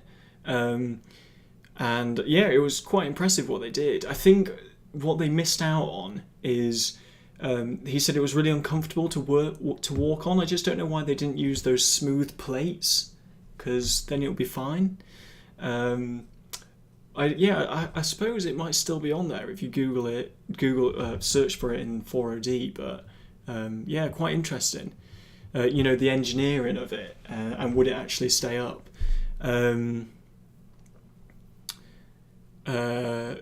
The Maya live link. No, I haven't seen that. Is that kind of the link between Maya and UE4? Editing stuff in one and it updating in the other. Hence live link, I suppose. I think raycasting will take some years until it's first in games. Why don't you just texture the tip of the wing? I might actually look into that tomorrow. I think I could texture the top of the wing, but it might depend on how I'm going to do these gaps in the mesh, whether to model them in and bake it, or to put them in Substance Painter. Because if I model them in, then I'll just have it as a separate piece, because essentially it is a separate piece to the rest of the wing. And you can see that the wing is made up of several pieces. So yeah, I think it's just going to be how I'm going to do the high, or rather how I'm going to separate out the mesh. Yeah, so that will be, interesting when we come to do that. Right now though, I'm just going to add a bit more detail to these, just in rough out in the block, so that I've got kind of an idea when it comes back round.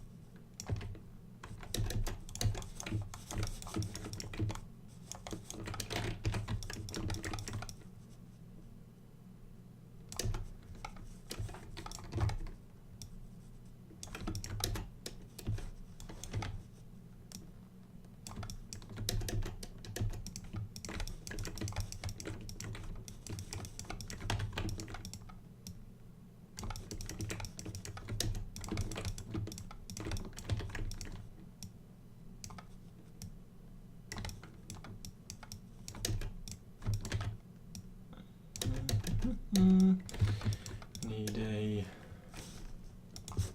bit here, pull that out, push this in.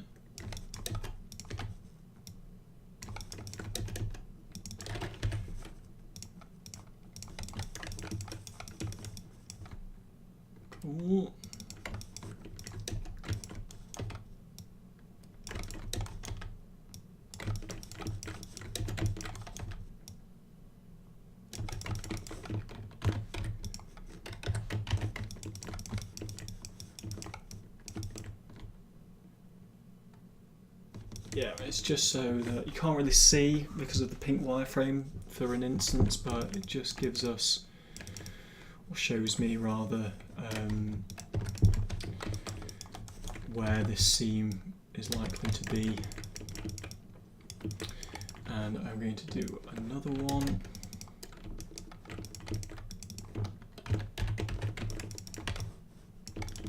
Flap again so that we've got it. And it does look like the wing's not exaggerated at the back as much. So actually, should we just have a look at that again? What if we just bring all this back out?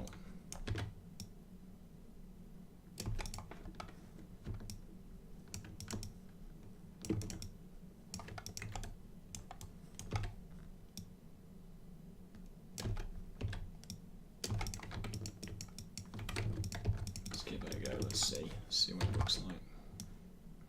I'm really glad I instant this wing and, you know, offset it over there into the actual position it would be in, because it makes it so much easier to work on. I don't really know why I didn't do that before. Okay, so this is about halfway.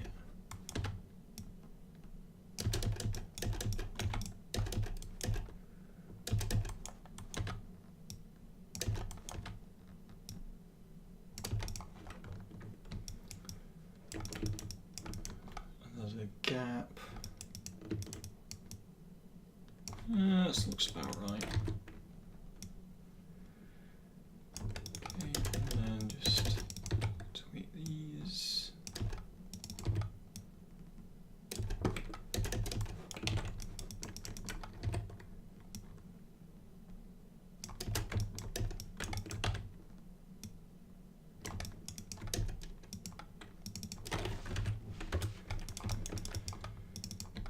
Again, just to get something in for positioning.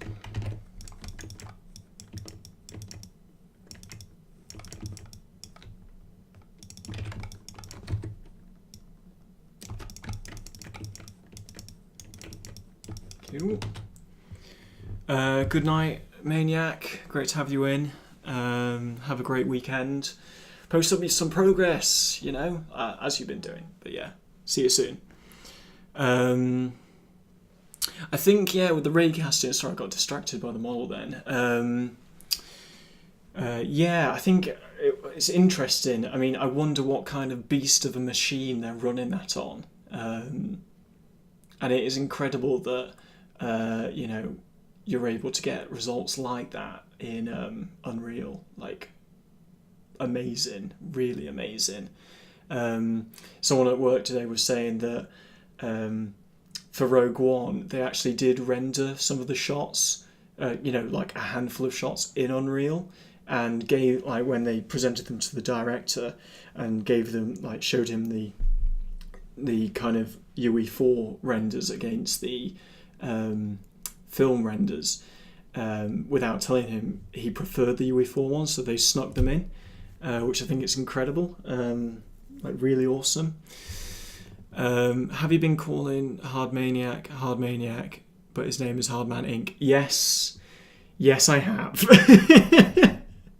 And you know what? I kind of knew, you know, quite a while ago, but then I just kept with it, thinking, oh, no one will notice. Shit.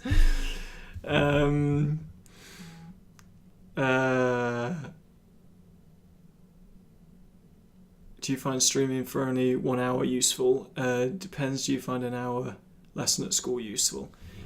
It's been a long time since I was at school now, but I think it's different. I think if you're at school learning, you're kind of waiting for the next break if it's something that you're not particularly interested in. I think if you've got a plan for the stream, so for me, admittedly I haven't done it on this project, but I have a weekly planner, and for when I was doing my Beyond Human streams, I was writing down exactly what I wanted to do in that stream, so in my 3 hour slot, and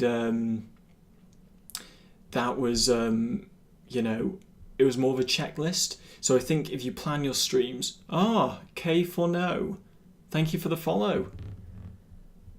How you doing? I think if you work out what you can actually feasibly achieve in an hour and then blast through that, and I think it would be useful. But then, are you saying that is it useful for the viewer or is it useful for you? If you can only do 1 hour streams, then you haven't got much choice.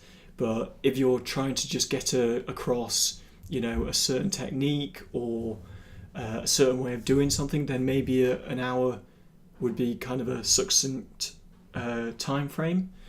The only reason I do long streams is because I like getting in the zone. I don't like stopping and starting. So I think really I only stream if I've got at least 2 hours free.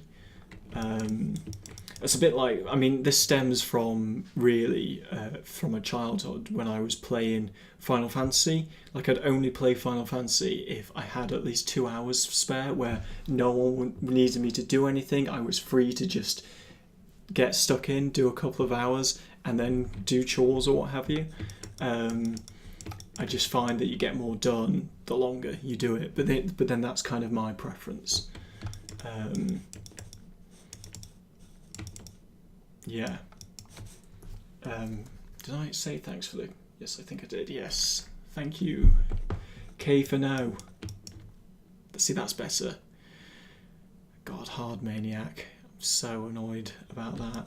Annoyingly, even more Eagle, is that I'm down saying that in my YouTube recordings, and I just know someone's going to comment and say, can't get anyone's name right. Preempting it already. Right, I want to block off some kind of interior, and actually it might be an idea. So this guy.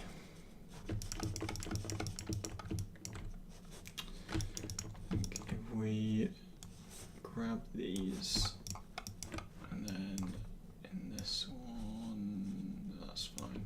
Take the hands out. I'm gonna have to put the knees up a little more, I think, because it does look like the guy's, you know, kind of perched in there.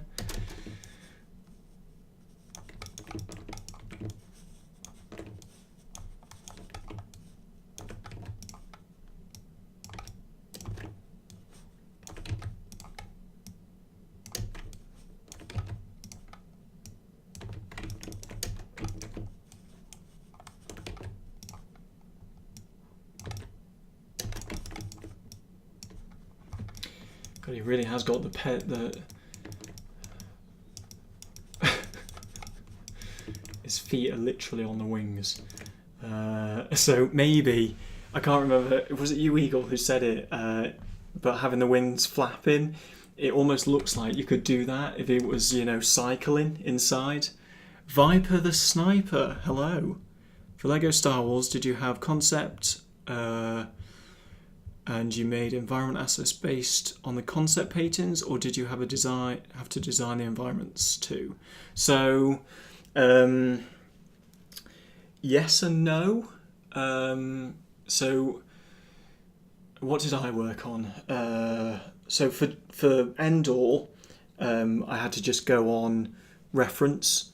I didn't have any concept art for that, but then because the Endor was in Return of the Jedi, all the assets were, you know, had already been, all the reference was readily available, so that was fine.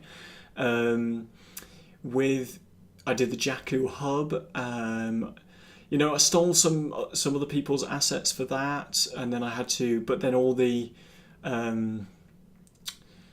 junkyard scaffolding and stuff I made myself, and again, not really, I don't think I used any concept art for it because it was so vast, and it was more, this is what someone had made already, so I need to match it to that so I can use it. Then after that, the sci-fi interior, the finalizer interior, there's a section in it which is like a hanger. So we did have film reference from the film and concept art to go on for that, which was good. And then with the DLC, the snow level, I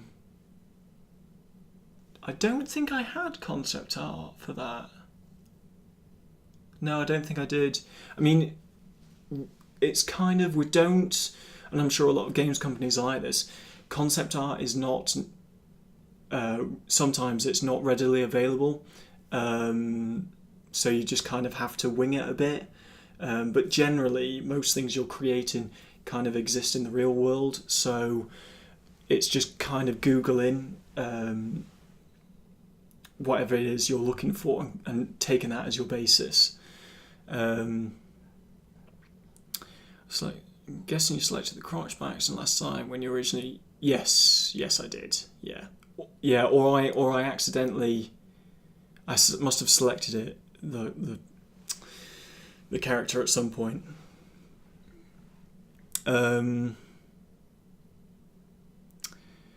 If there is reference to go off the whole level, then it's okay, but usually this is how from concept art if they don't have reference material to go off. Obviously, if you can't see things in a level in a movie, then it's just filled in with concept art of planning. Yeah, and I think it's kind of, it comes down to repeating assets. And did you make the level? No, I didn't. I made them in Maya. Maya. Use Maya at work, Modo at home.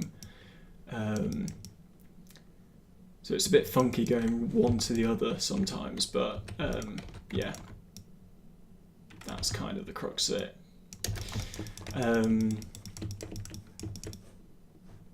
Yeah. What else have I got to do on this? I know I've got to work out what's going on the other side. Thicker fins. And that might then work out underneath. So let's just thicken these up first. It might even be worth pulling these out a bit. Maybe even scaling these back in.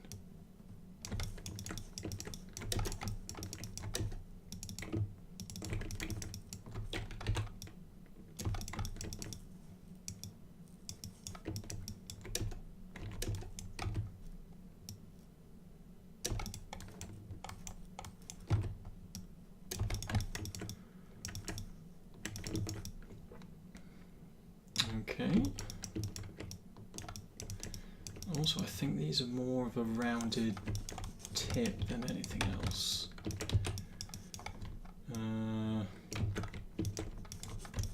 Best way to do this would be bevel this end. Kind of then pull these together.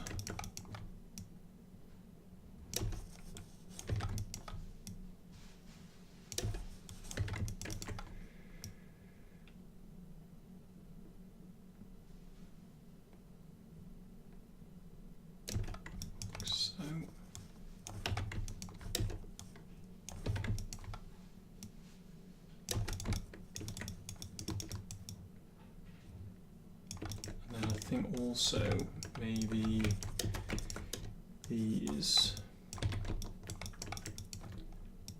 to be a bit more rounded off.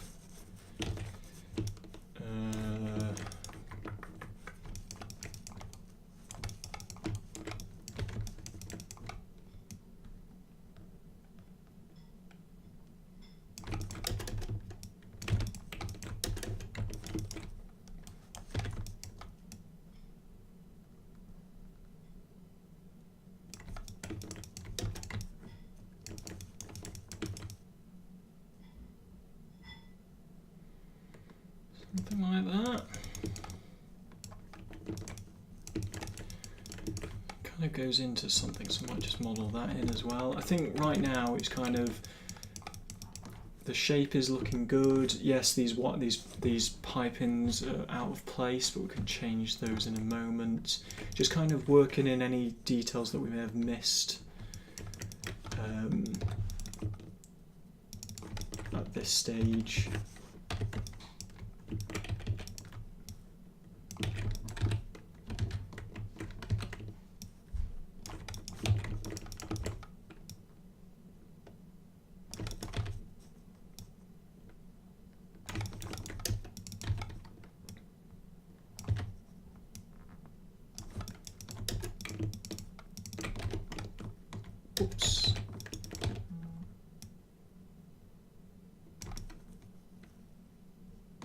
Ooh, another follow. Who's the lucky person this time? Jarvis Foster. Thank you.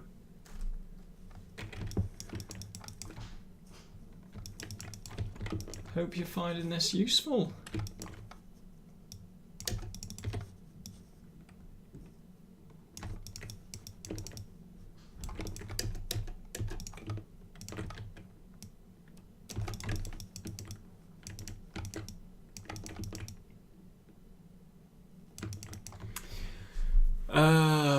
Bombadar.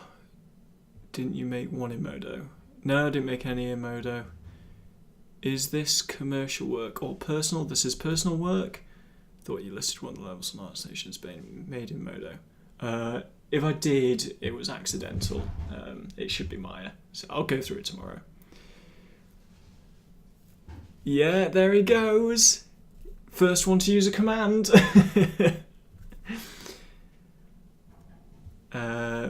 I found this some days ago. How hard is it to get an environment like that for a beginner? Motivates me a lot, but might be a lot too much work for at least now. Let's have a look. Ooh, I know exactly what this is before we go in.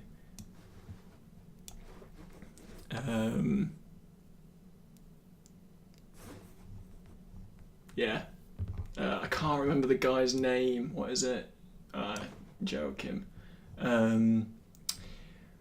I think it's a bit much.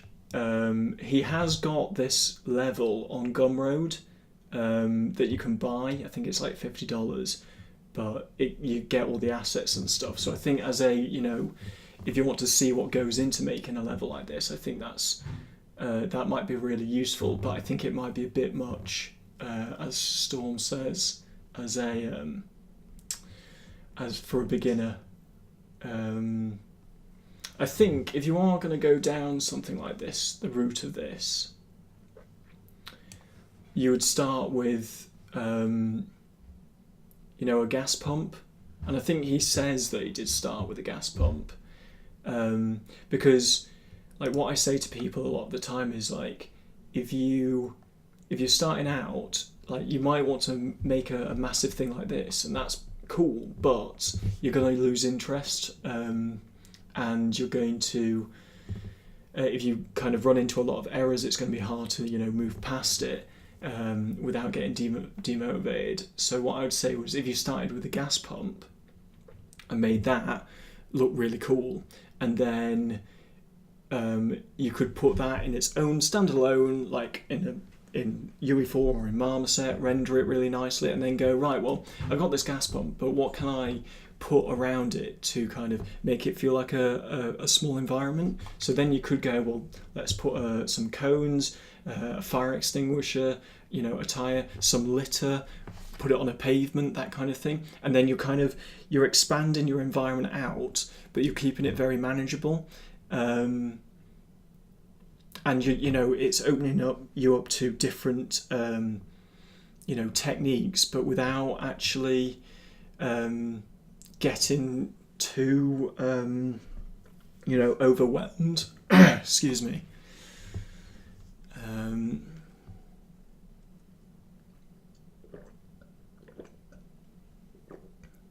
Try to move to more advanced objects. Yeah, the props are not the problem. It's more like get the whole environment. So in Joachim's thing, he has a blueprint that changes the sky from day to night. And I would love to be able to do something like that, but right now I just don't know how to do that. So I think in terms of the environment, you can see he breaks down what he's used down here somewhere. Here, let's just load this up. So it's kind of like how he breaks down the building, other things he's got in the background. A lot of propage, that's the variety in the scene. But foliage-wise, not that much. For the bigger items, it's kind of, you don't need that much stuff to sell the environment. I think maybe the problem with something like this, and kind of back to my point before, is that it is a massive environment. you know, it might be you kind of just want to bring the environment out a stage at a time, you know, just to get the feel for it. Yeah, use World Machine for the mountains. There's loads of tutorials for how to use it online. But yeah, I think it's kind of thinking about planning out what you actually want in the environment and getting reference for it, and then just block it out and just see how it feels. Yeah, that's just kind of my opinion on it. And yeah, get some camera angles set up so that you know exactly what you're looking at. Oh, this does look great. God damn it. You stop looking at that. Demotivating. Satellite images into World Machine Right. I've never tried it.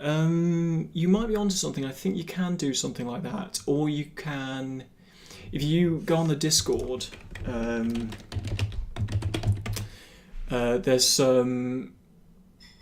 If you look in resources, there's. I posted some links like a month or so ago now, which were about using real world data and plugging it into World Machine or into something like Cinema 4D or something like that.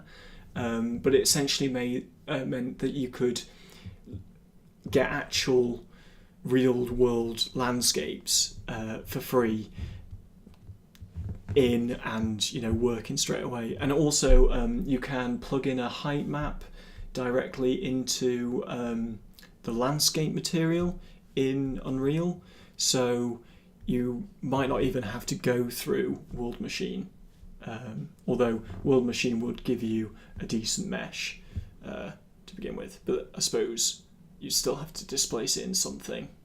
Yeah. So that might be something worth looking at. What the hell am I doing on this again? Oh, that little gubbin at the back.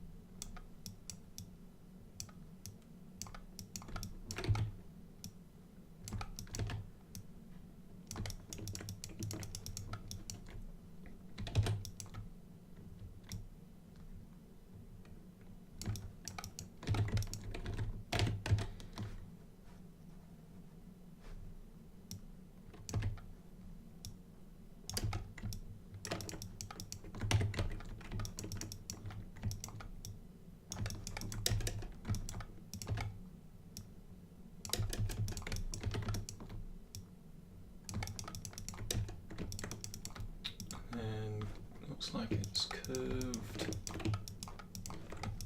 Oh, all the wrong ones.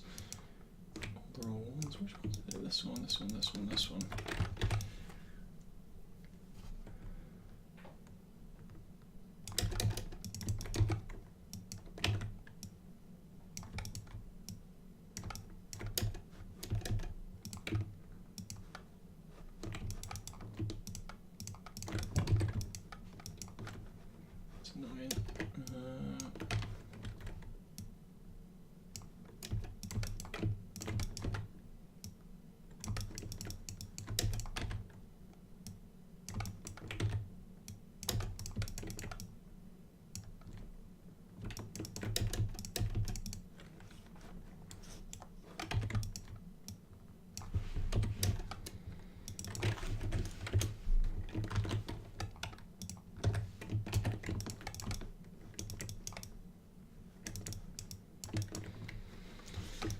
Cool, getting there a little bit more. Save this. Jarvis Foster, thank you for the follow. And hello, you have a question. I'd like to know your thoughts on the direction where Modo is going. For me, in the beginning, Modo was great, especially as a modeler until version 8. And then I had some really good tutorials from Andy Brown.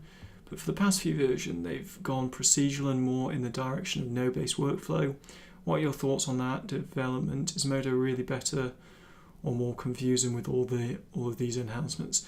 So, for me, I came in at version 701, but essentially when it got moved into our pipeline, and this is in my previous job, we came in at 801.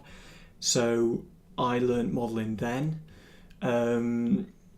For me, I don't really use the mesh operations or the procedural modelling that much. If anything, I only stick to what's in the duplicate tab, you know, cloning stuff, mirroring stuff, that kind of thing. For these pipes, I just lace the geometry in along curves with the mesh operations, but outside of that, I don't really touch the procedural stuff.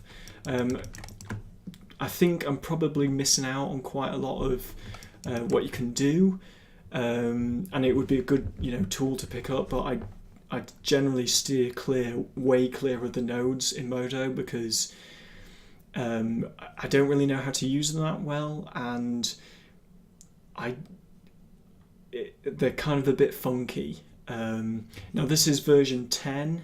I'm not on the latest version of Modo, so it might have changed in there, but for me, I feel like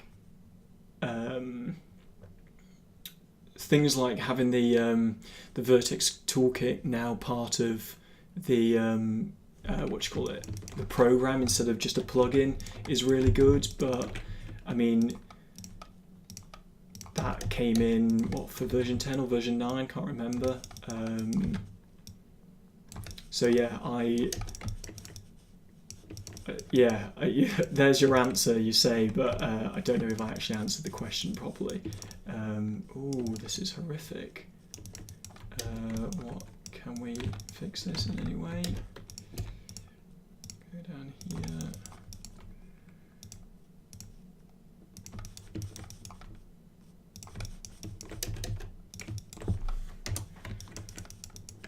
It's really horrible looking.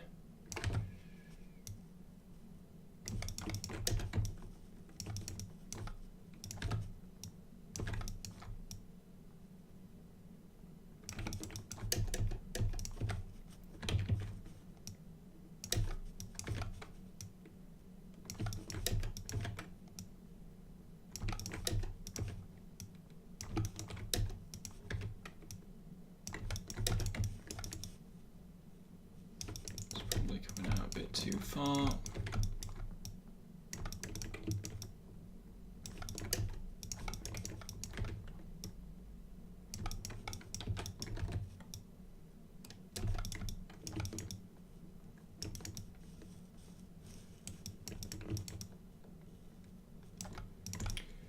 Oh God, this is looking a bit dodgy down here.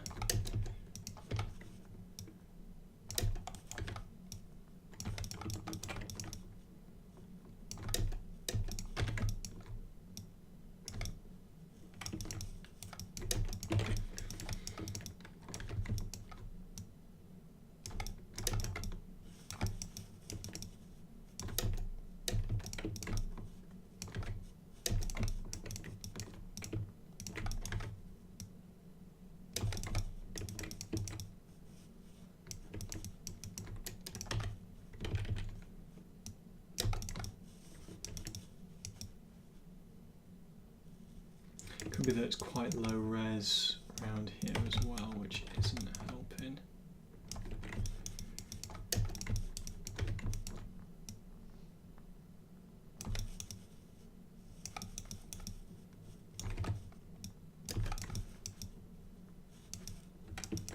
Yeah, because we're missing a lot of geometry in this bit.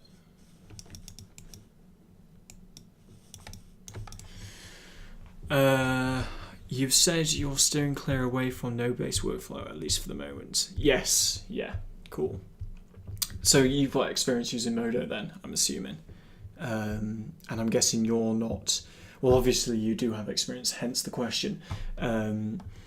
But, so have you used much of the nodal stuff when you have to rework the geometry? Yeah. I think what's nice about Modo is, though, And I'm sure you can do this in a lot of other programs, but it seems to handle, you know, flipping the camera upside down quite well and stuff like that, so you can really kind of look at it from the, like, down the length of the whatever it is you're modelling without any problems.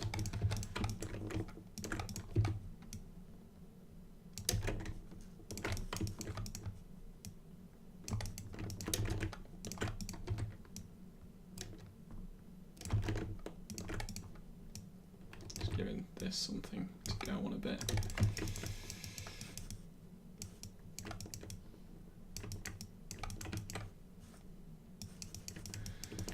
Right, okay.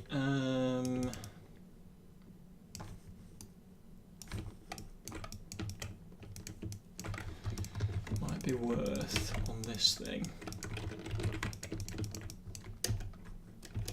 God, another follow. I'm doing so well tonight. Psych Psy. Psych Fizz. Got it. Psych Fizz. Nice one. Thank you for the follow. Really appreciate all these follows. I really do. Kind of lets me know that what I'm talking about or what I'm doing, you know, people actually like seeing. So these are in the middle. So down this bit. So let's down here, cut this out. Oh, it's like it's properly in thirds, isn't it? So what if we slide these?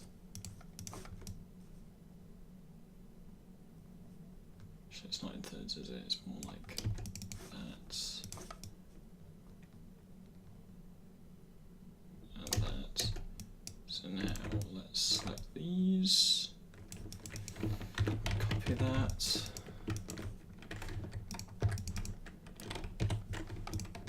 And then in here, so I want to split this into 8.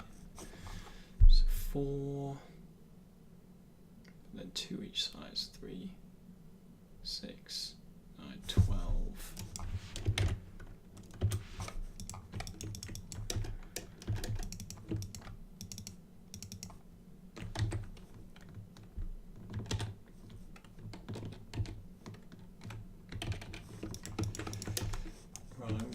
To slide these around a little bit.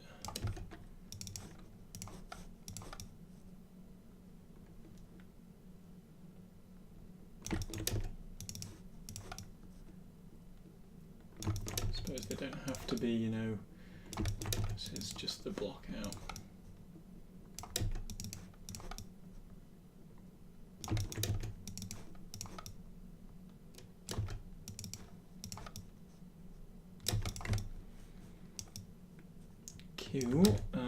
Right, and now we just need to bring these in slightly.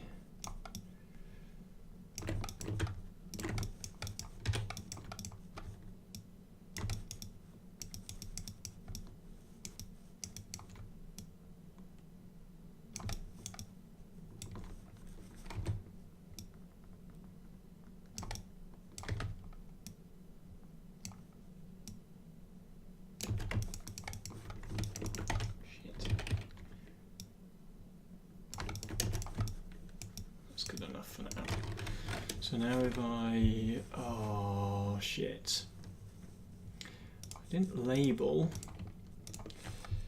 I'm just gonna have to go through everything now. Oh, that's fine, right. Maybe it's in one of these at some point. Basically, I've hidden everything in that main body layer, and I haven't called it anything. So now I've just got to go through and find it. And try and unhide stuff as I go. There we go.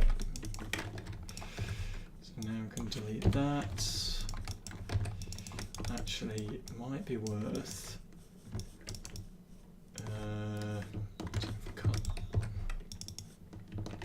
paste it. Just move these out slightly. Yeah.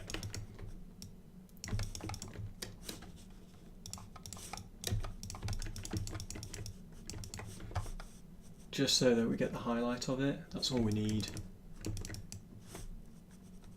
for where those grills are. And I think it could be as well.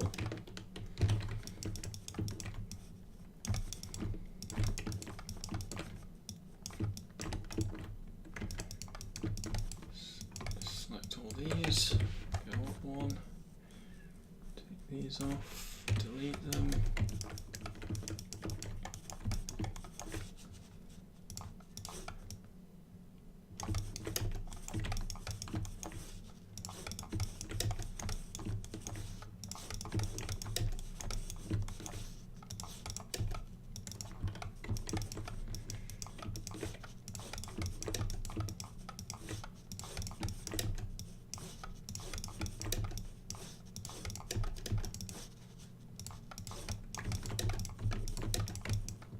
It's better.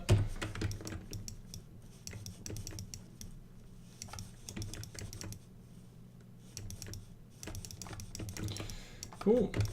In fact, what we could do is bring this out more.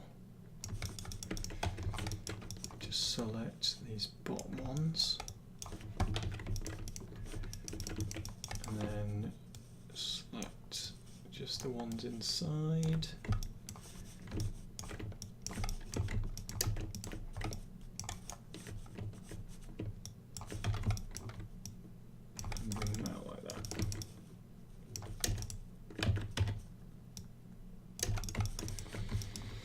Cool.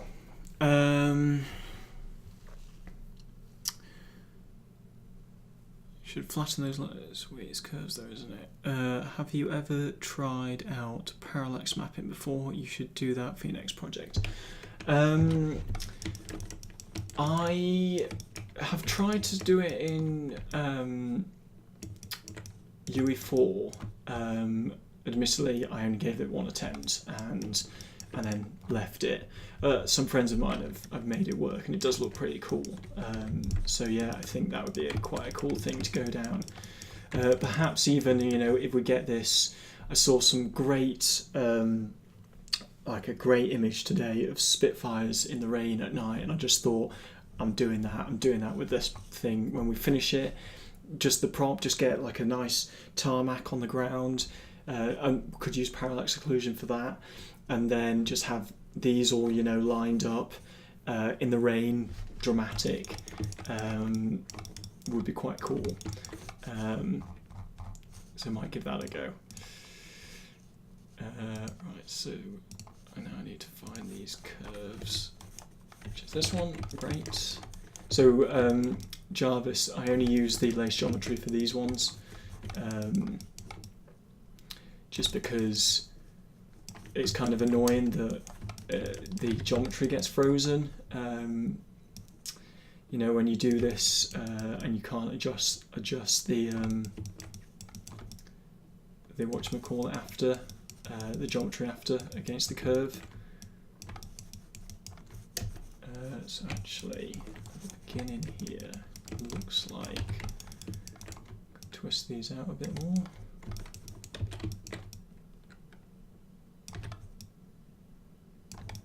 Looks like it kind of comes up and around a bit.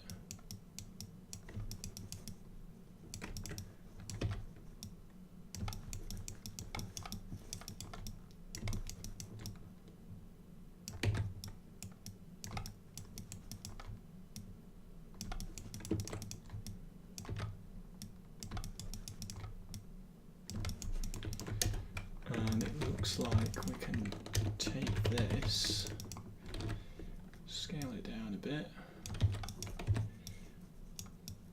oh god, and then just kind of move it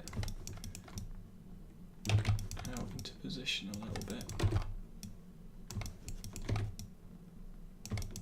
like so.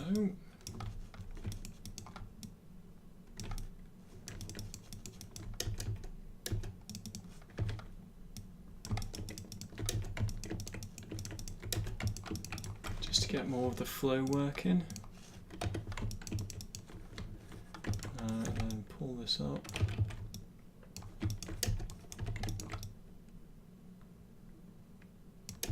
I think this needs to be thinner.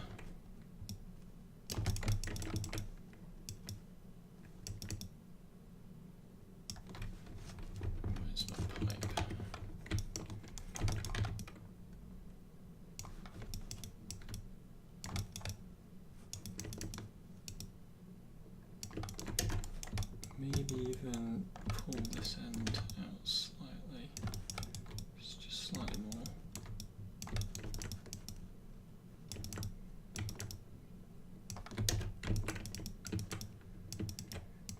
Cool.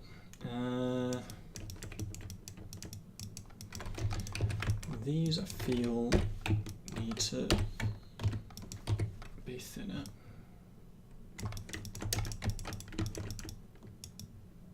Look like kind of additional clips more than anything. What time are we on? 20 past. Oh dear. Remember, it's a large pipe that converts into a smaller one. You might need to tell the size of it and then adjust the end of it. Yes, unless you just want it like that. Up to you. It's your project. Yeah, no, I get where you're coming from. I think I might be able to change something on the actual mesh on the lace. Start and 50%. Yeah, it's not that.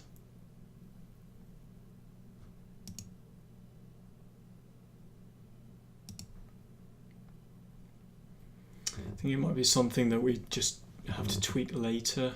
What was this one again? Oval right. Angle of lace profile shape.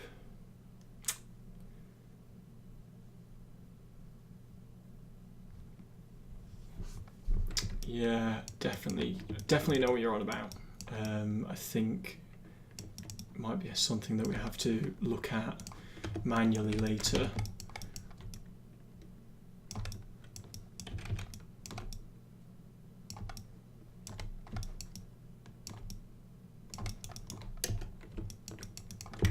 Might even grab these and give them a little rotate like so.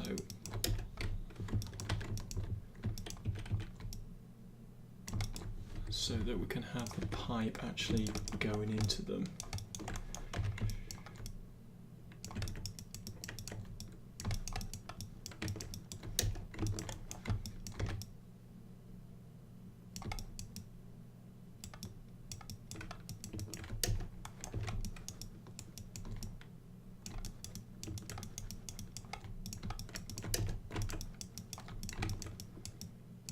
Cool. Then curve 2. It's a shame that if you can't have multiple curves on one lace bit of geometry, because you have to kind of switch between. You can only do it by switching the curve ID. Yeah, so I've had to set up, individual ones, which is a slight annoyance, but it's not the end of the world.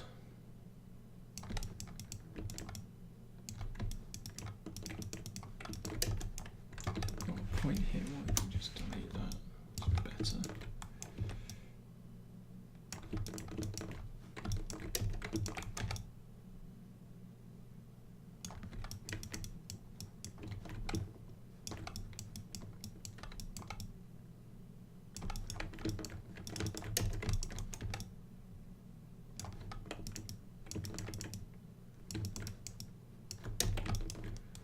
Okay, and then this goes up,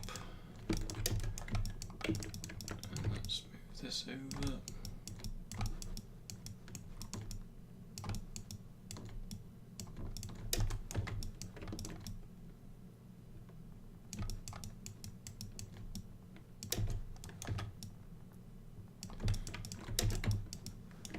Okay, those are coming away now slightly, but that's not the end of the world. Maybe it's worth just bringing these in slightly. And going back to these.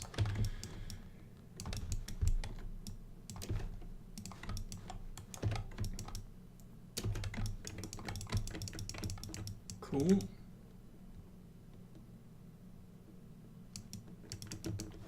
I think you can kind of, it's sort of sort of working. Maybe it's pinching too much now. I think against the concept, it's quite hard you know, to get totally right now. It looks like the pipes need to be a hell of a lot thicker in here now. Or at least, I think as Storm Eagle says, thicker at the beginning, thinner at the back, because it looks like the proportions are kind of right there. But yeah. So then last one, pipe 3, just needs to be moved to position down here.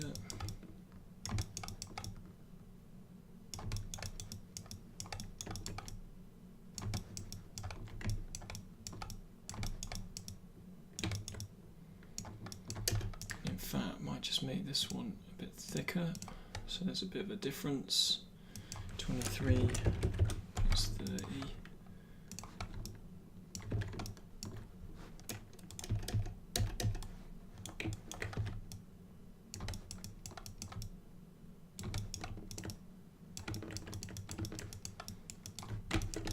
What's going on down here? Move this into position. Right. One.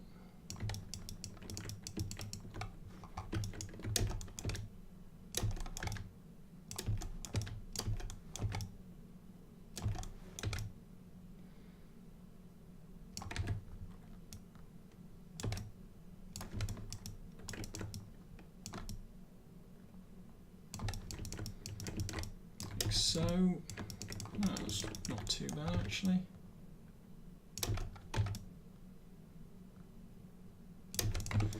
And let's just move this.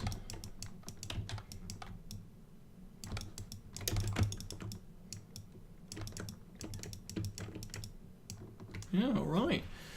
I once made a map with an image through the axis mapping method. I have to say it's a good way of making maps from images. Just draw a map in Paint, grayscale it, convert that image to ASCII type, import into, that's pretty cool. Yeah, sometimes the most simplest way is the best way of doing something. You know, I think quite a lot of the time you can overthink stuff so much and it just doesn't get you anywhere. Just gonna move my dude.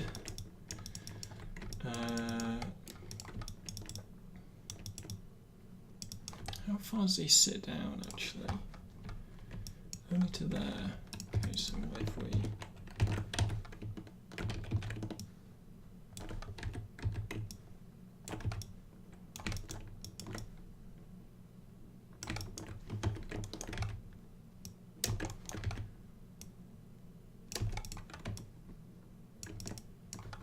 idea for maybe how the seat would work.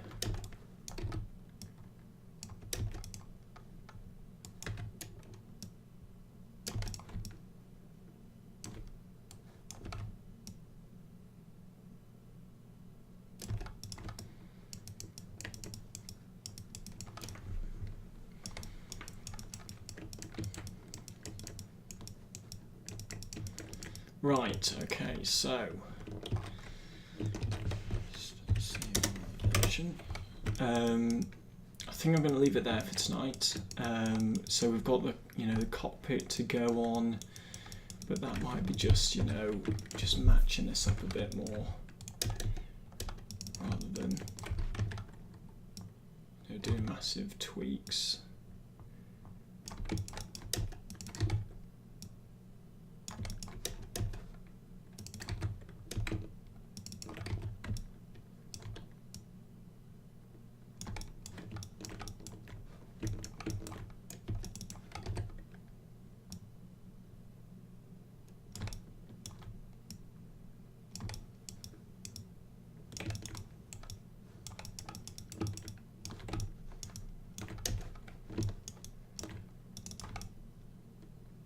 So I need this one.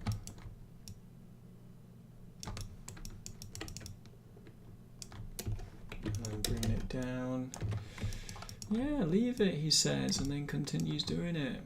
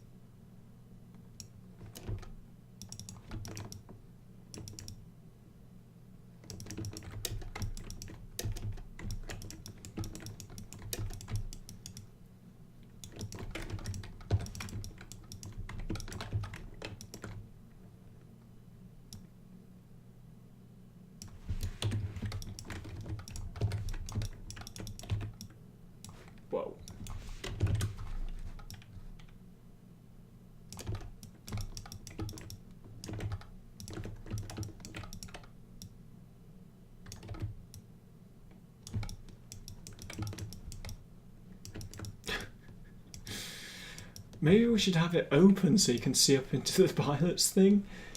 Be like, don't drop your phone.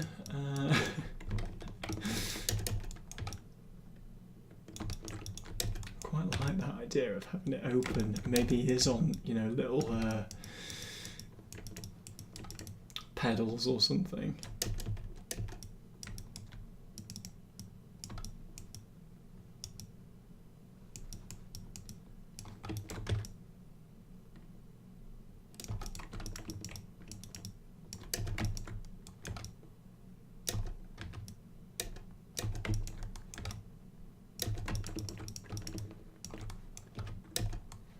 A tight squeeze, isn't it?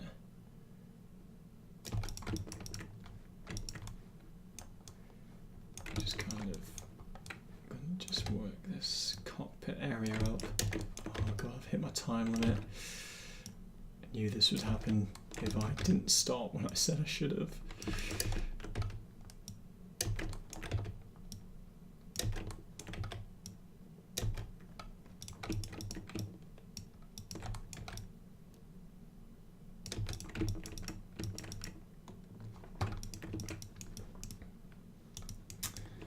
Might be worth, I think this is just a default material at the moment, so let's make it metal grey and we'll make it double-sided. Make both of them double-sided. There we go.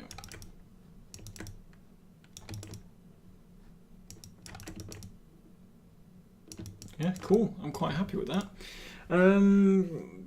It's because I was planning. Took me a while to find out method, but it's a simple method that gives you good results. You just smooth down the train when it's in the engine and have high amount. Oh yeah, that's good. You need some controls in there. It sure does, which we're going to have to look at next time.